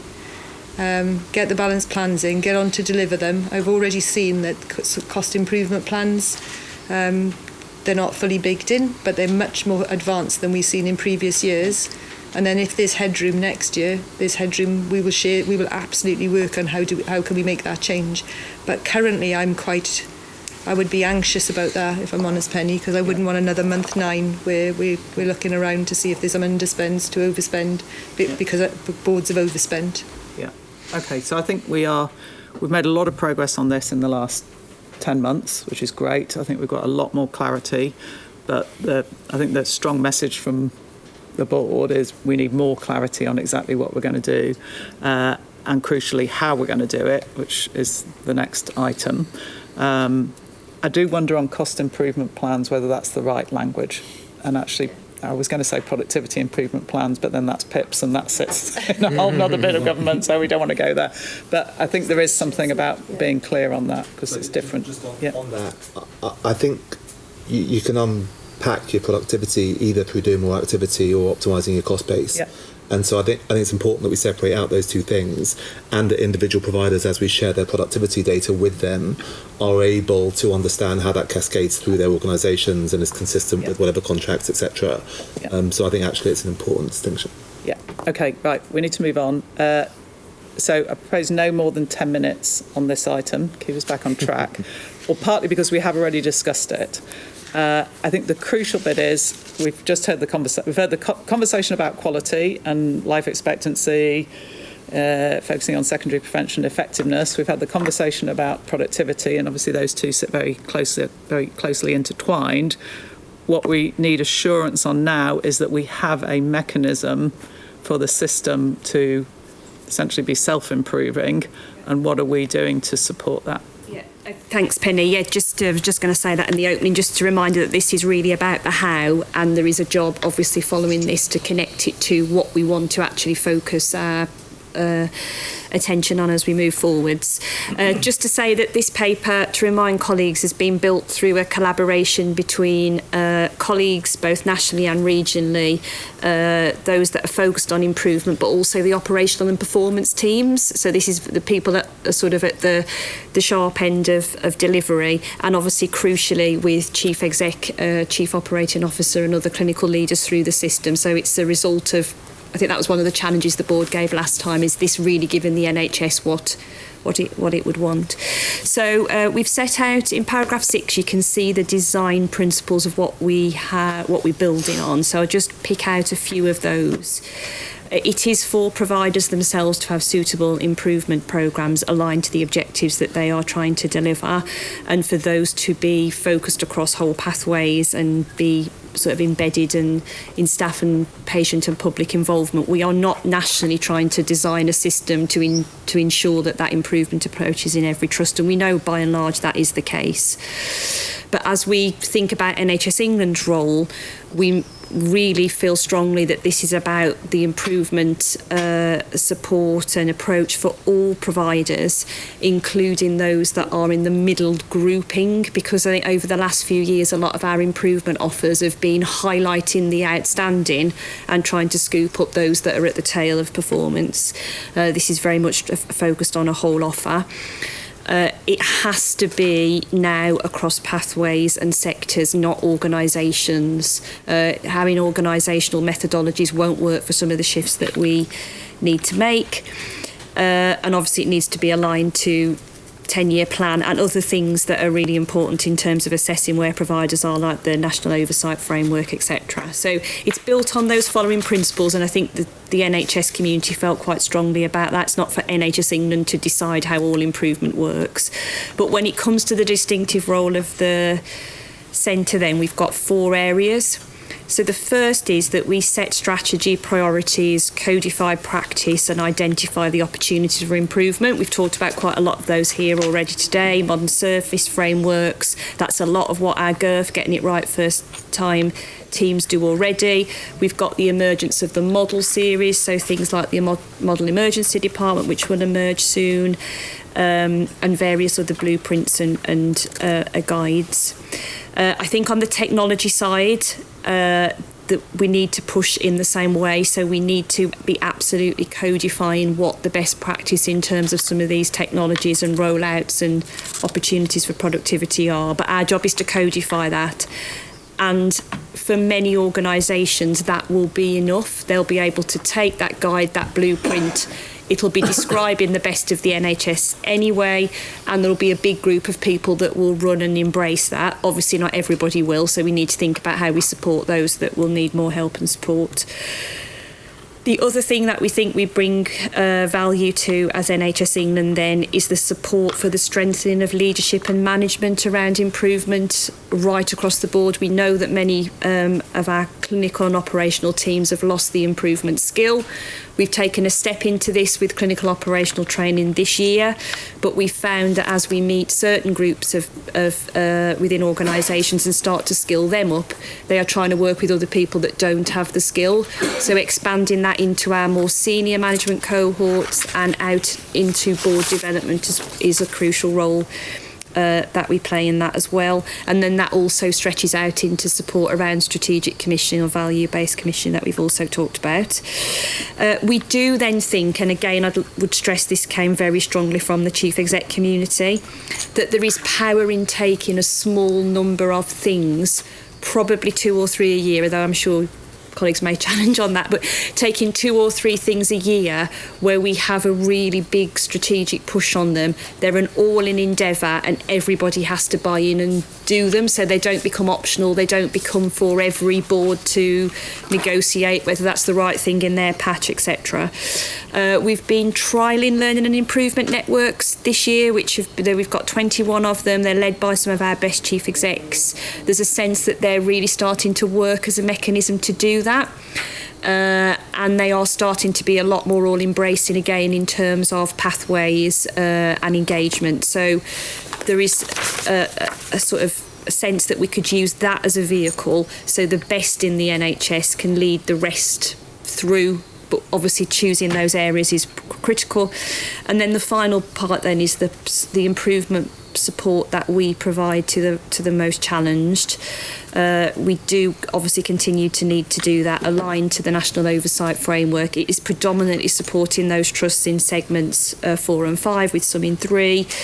We've aligned everything around the GIRF programme, as you know, this year, both in terms of systematic support, led and working in conjunction with the regions, but also being able to put in much more real-time responsive support where that's important for improvement as well. So I call out GIRF colleagues that have done an awful lot of work to support on eradication of corridor care in trusts that's just been at really short notice. So it's not just based on sort of longer term metrics and indicators. And then we've also got the National Provider Improvement Programme as well, which is just about to take from the recovery support programme for those that are most challenged in NOF5. So we think this is the right balance between just letting people get on locally, but having the sort of the infrastructure, the leadership through the regions and nationally to be able to support on improvements moving forwards. And our next step would be to link it to what are the big shifts that we really want to make and what would we expect to get from it, so that we can then move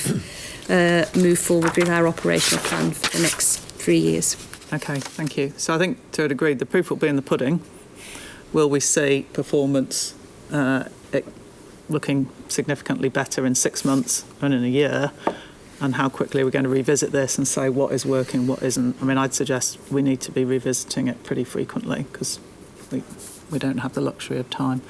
Okay, I'll take a few questions, take them together. So I've got Louise and Robert and Duncan and Claire and Paul. And we are rapidly running out of time. So what I'm going to do, Sarah, not have you come back on these. We'll take these as comments and we'll ask you to take them away and take them in. Robert? So I think most of us believe that non-incremental progress is possible, and we discussed that earlier. I really liked your reference to big leaps twice in the paper. Indeed, I think it's an obligation for us to come up with big leaps. So my question, and you're not going to be able to answer it, is have you seen any big leaps yet? And are we going to make sure that the big leaps are then well publicised so others can jump too? Very good. Louise? So I suppose I'm just looking forward to the next iteration where we can see what the methodologies actually are against productivity, against safety, against admin issues. And I know we laud GIRF, which is great and it does work, but then if GIRF did work consistently everywhere, then we wouldn't have to have Jess's rule or Martha's rule or, these kind of waves of kind of additional interventions that have to come in. So we look forward to that, I suppose. Yeah, I agree. Duncan? So really supportive, I guess, and just reflecting on a couple of conversations we've been in, and Jim and I were with my strategic advisory group of chief nurses yesterday, and in the corridor conversation, there are certain groups of staff in the NHS that will have a bigger impact than others in this space, and I'm thinking ward sisters, charge nurses, and how they see themselves in this, because those are the people that have the biggest reach in terms of not just nursing staff but across the multidisciplinary team, and will impact quality, flow, safety. So I just think there's something about how do we make sure that this really lands well with certain staff groups and they are prioritised in this space. Claire? I had the joy yesterday of doing the Health Select Committee talking about NHS pilots. And a lot of the criticism came around the NHS has relied really heavily on pilots to initiate change. And so I said one of the ways that we will know that this is working is we've got a real cultural shift across the whole system that's driving the improvement, and we should stop seeing this reliance on small pots of money that get handed to people to do small projects. Maybe just to build on Duncan's point, I think the other role that we've got, and we've talked about this a bit, is actually data and data infrastructure, and using the data infrastructure that we have to start putting good data and insights into the hands of people inside organisations that are responsible for driving that change. And I think that connects to your point. Yeah, well, that's what we're going to come on to, and the last chart of the papers shows us very nicely how we could be monitoring some improvements. So I think what would be great for us to be able to see more clearly, and I recognise we might not have this for March, but I think we should aspire to have it for whenever the following board meeting is much greater clarity on the what, so all the things, Elizabeth, that you're working on and other colleagues are working on, and then how are we expecting to see these improve, and crucially over what time frame, as a number of people have asked for. What will be different in a year, 3 years, 5 years, 10 years, which all links into the 10-year plan implementation anyway. So recognise it's a big piece, it's a big thing to do, but I think if we can start to do some of that, that would be good, or at least some leading indicators. Okay, so talking of which, Jules, how are we going to become more transparent and share that data? So thank you. So a short introduction to the paper titled A New Era of Transparency. So the paper provides an update on the NHS's shift to a new era of transparency, which is reflecting clear expectations from this board and which is reinforced in the 10-year plan to become the most transparent health system in the world. So we're moving decisively to open by default data, applying governance and legal checks only where there is a specific concern. Across NHS programme, reporting, insights, publications and transparency has now been established to deliver and provide the required cultural change. So in early progress, we've had public release of major transparency assets, including the NHS oversight framework, segmentation, lead tables and associated acute provider tables. The next step is making much more of the content available in the benchmarking tool, the Model Health System, which is going to be openly available from late February, early March. And this would offer unprecedented visibility of variation in both clinical quality and productivity, and therefore aligns with our 10-year health plan and the forthcoming quality strategy. Okay, great. Jim? So this can sound technical, but we'll go back to Paul's challenge a few months ago. It's a big psychological shift, a behavioural shift for all of us. I think we're all signed up to the transparency thing as a general point, but it's a big transition from where we've been. So we've got to think about how we systematise this. And also then, we've had a bit of this in recent weeks. When we publish stuff, other people will have views on what that means, and that's fine. I think we've got to stop feeling like we own the only view on data. The point of this is get it out, have the different views. Can it help us improve? Going back to the last point. So I think we've just got to hold our nerve on that, because you can feel the pressure when something gets kicked around. We get a bit of negativity on some data or whatever. There's learning in it, and we've just got to stick with it, I think. Yeah. So we've got Matthew, Robert. Just to say that I obviously particularly welcome the progress we've made on the publishing the National Oversight Framework data and all the underpinning data. I think we need to be equally focused in terms of the next steps in this on applying the same rigour to transparency around our non-acute services and our acute services, and I think particularly of the recommendations in the Kingdom review about the difference that might have made there. So really keeping our focus on building the robustness of those other data sets, as well as making the data sets we've already got more available. And similarly, the same point applies to the work that I know we've got underway on improving data around patient experience, because I think that's another area where transparency is going to be really, really important if we're going to get the power out of that data. So thank you, Jules. Robert? Two quick comments. I think it's absolutely the right thing to do. And I don't know, Jules, if you're aware of what the surgeons are doing. They've got a programme called NCIP, which is a great exercise in transparency. It's homegrown, but it's actually very impressive, and it might be worth looking at. Thank you. I've just got one comment, and that is, while it's the right thing to do, if I knew that I was living next to the worst performing trust in the country and that was where I was going to get my care, I wouldn't feel great. But if this is linked in some way to choice, then transparency not only is probably going to be a catalyst for improvement within the system, but actually in terms of the patient and whether NHS Online might have some contribution to make to that. But I think without choice, then there may be some slightly negative consequence. Louise? Robert, that's such an important point. Thanks for raising it. And actually, I was going to talk about My Planned Care as an example of kind of almost poor transparency in a way, because all it does is give averages of waiting times rather than what is actually in a more granular way the case for your procedure and your local hospital, which would enable choice, to Robert's point. So you've put here co-designed, meaningful with the public, with people, and it really has to be in order to enable choice. So I was going to a bit build on that as well.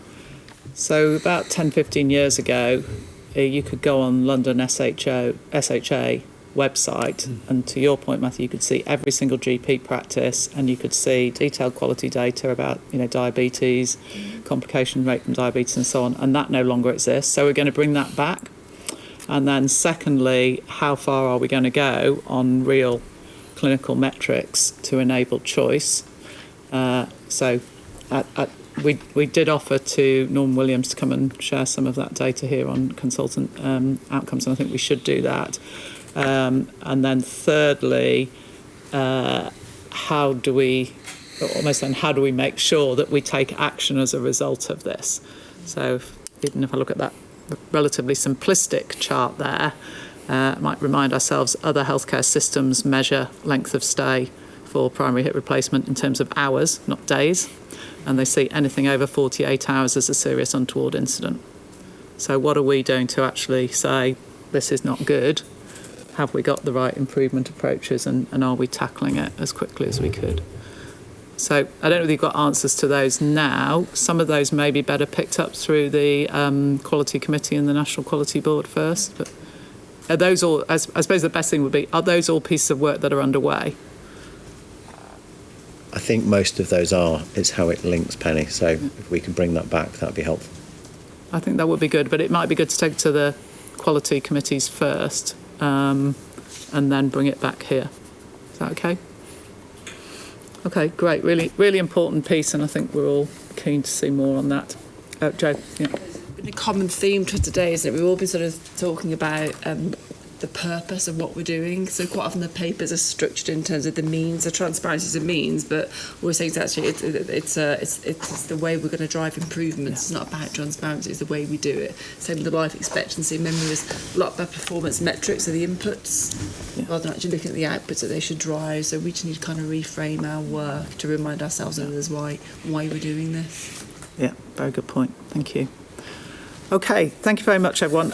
We have been slightly running over, but it felt like we were having good and crucially important conversations. We have got a few questions from members of the public. So, first of all, Sarah Jane, questions for you. Given pressures currently facing hospitals and the role of the 111 triage system, what are the considerations or barriers for implementing a comprehensive triage system at hospital entrances to improve patient direction and reduce the demand on A&E? I just say I was really pleased to see this question when it came up. I was like, oh yes, okay. So did you send it in? No, I it's possible. So every patient that arrives at an emergency department should be triaged, streamed, and directed to the most appropriate service for them as they are checked in and that clinical triage takes place. We do know that there is variation in the way that happens at the moment, and we are going to be publishing next week the model emergency department document, with our expectation is that over the course of the next year, ideally sooner in the instance of this, we will work to a more standardised approach, so that is the case for all patients. There are digital tools that support this, and I think it's a really important direction of travel, because what we really don't want is people to have to arrive to be redirected to something else that a digital triage would have allowed them to have presented at the right place in right time in the first place. So in with what Paul was describing for the sort of medium-term strategy for UEC, we would see this one as one of our cornerstones, because we want to get to a place where an emergency department is a destination, not the place that you go by default. But we can't expect that of the public until we've got much clearer navigation, triage, streaming to be able to support to do that. There are some examples around the country. In the meantime, I would say that calling 111 in advance is always the most helpful if people are unsure, because the directory of services that sits behind that can support redirection so that people can go to a place that's often better for them than an emergency department if they don't need one. But I really do, I completely understand. We've all seen it in the emergency departments that we've been in. And we are going to have to do a lot more of this over the next few years for sure. And I'm really glad that the sort of patients can see what we can see essentially and want to see the same sort of changes. Okay, great, thank you. It definitely wasn't me, but I'll think about what I want to answer next time. Claire, how does NHS England ensure public-facing mental health information on nhs.uk reflects current clinical understanding, aligns with mental health standards and avoids stigmatising terminology such as habit for recognised mental disorders? Thanks very much, Penny. So the content on the NHS website is reviewed systematically every 3 years. But if we get new evidence or if we get feedback from members of the public or stakeholders, we can update it more frequently. The current content is based on ICD-10, which is the International Classification of Diseases, which is developed by the WHO, the World Health Organization. We're currently working on ICD-10. And the particular question referred to trichotillomania, which is described in ICD-10 as a habit and impulse disorder, which is an outmoded and stigmatised language. But in ICD-11, trichotillomania is classified as body-focused repetitive behaviour disorder, and we're going through a process of updating the content appropriately. Okay, great, thank you. I did not know that. There you go. Thank you. Matthew? Question for you. Following the Levi review, when will NHSE be commenting on the failings detailed and the recommendations? And additionally, when revising the specifications, will NHS England commit to using plain language based on biology? Thank you. So the Levy review was commissioned to look independently at adult gender dysphoria services, including the variation in practice between those services and opportunities for improvement. The report was published in December, and alongside the report, we set out our initial response, which committed to do further work on precisely the issue raised, and that is the variation in data around the proportion of patients who are discharged from these services because of repeated did not attends or sort of failure to maintain contact. That is an early priority for the clinical audit work, not least because of the variation between services in that data as well as the overall picture. David Levy will be chairing an oversight board that will report on a regular basis on the progress of that work. On the issue around the plain language, we always seek in our commissioning policies and in our service specifications to strike a balance between language which is both clinically and medically accurate, but also accessible and well understood by patients that may need to access that information. We always consult on our service specifications whenever they are changed, precisely to ensure that we strike that balance as effectively as possible. Okay, thank you. And then finally, Mark, you've got two questions about advice and guidance. The first is, before any further scaling up of advice and guidance, how does NHS England determine which groups are engaged in the design phase and what mechanisms ensure this involvement constitutes genuine co-production rather than passive consultation? And the second part of the question is whether NHS England plans to mandate the use of advice and guidance as a requirement for GP referrals before April 2027, with a request for details on the intended scope, timeline and guiding principles of any such mandate. Great, thanks Penny. So I'll go through in the same order if that's all right. So the first one is, I referred to it earlier about advice and guidance, and it is a clinical model where we've got GPs been able to contact and communicate with hospital clinicians without the need for an automatic referral for a condition. We have seen an increased use of that. So over the past 2 years, just as an indication for this year alone, we've seen a 24% increase with advice and guidance use, which means that patients, as I was saying earlier, can get their treatment started much earlier than just forming part of a traditional referral route and going onto a waiting list. So we've been engaging really broadly with colleges, with clinicians, operational leads in different organisations, different parts of the system. And we've done that to inform our next steps in terms of the further rollout for advice and guidance. What we have expected, and I think is happening at a local level, is that the engagement continues at a local level to work out how the pathways where we're going to be adopting a greater use of advice and guidance, where they can be implemented as quickly as possible. So that's what we've been doing on the first question. Okay, so going to just check, you said we think, can we get some assurance that local providers are involving users in that? Yes, so sorry, they have been. Okay. Yes, we have. So through our conversations with ICBs, we know that those conversations have been happening. The quality of them is something that we can test out, but we know those conversations have been happening. The second is about the rollout, and as part of our wider outpatient transformation, this will be a cornerstone of that. Just one element, but nonetheless, in the early part of the transformation, this will be critical. So for the coming year, for 26-27, and it was referenced really clearly in our planning framework, the medium-term planning framework, that we would have, we're asked every single provider in the country to work with their local, the ICB and local GPs, to look at their top 10 specialties where we think they'll have the greatest impact for advice and guidance. So that's what we've asked everyone to do. I know from conversations I'm having with colleagues up and down the country, and that's exactly what's happening now. And what we expect to see is a phased implementation next year, once we've got the digital tools available to support the referral process and the communication between GPs as seamlessly as possible and hospital consultants. We expect to see a significant rollout of that next year for that broader adoption. It hasn't been mandated to date. The only thing we're mandating is essentially the top 10 specialties, and we'll assess the impact throughout the year to see what we do next. Okay, great, thank you. Okay, does anyone have any other business? No? Okay, so in that case, I'd like to say thank you to everyone around the table. It's an enormous agenda. I think it'll take us back to where we started. It's great to see the progress. It feels like we are making very tangible improvements on the ground for patients and populations, which is obviously the most important thing, but we're also doing a lot of work behind the scenes to improve the infrastructure and the ways of working. So thank you for that. We've got more to do, as we've discussed today, and I look forward to continuing the conversation. Thank you to those who've tuned in to listen, and look forward to continuing the conversation in 2 months' time. Thank you, everyone.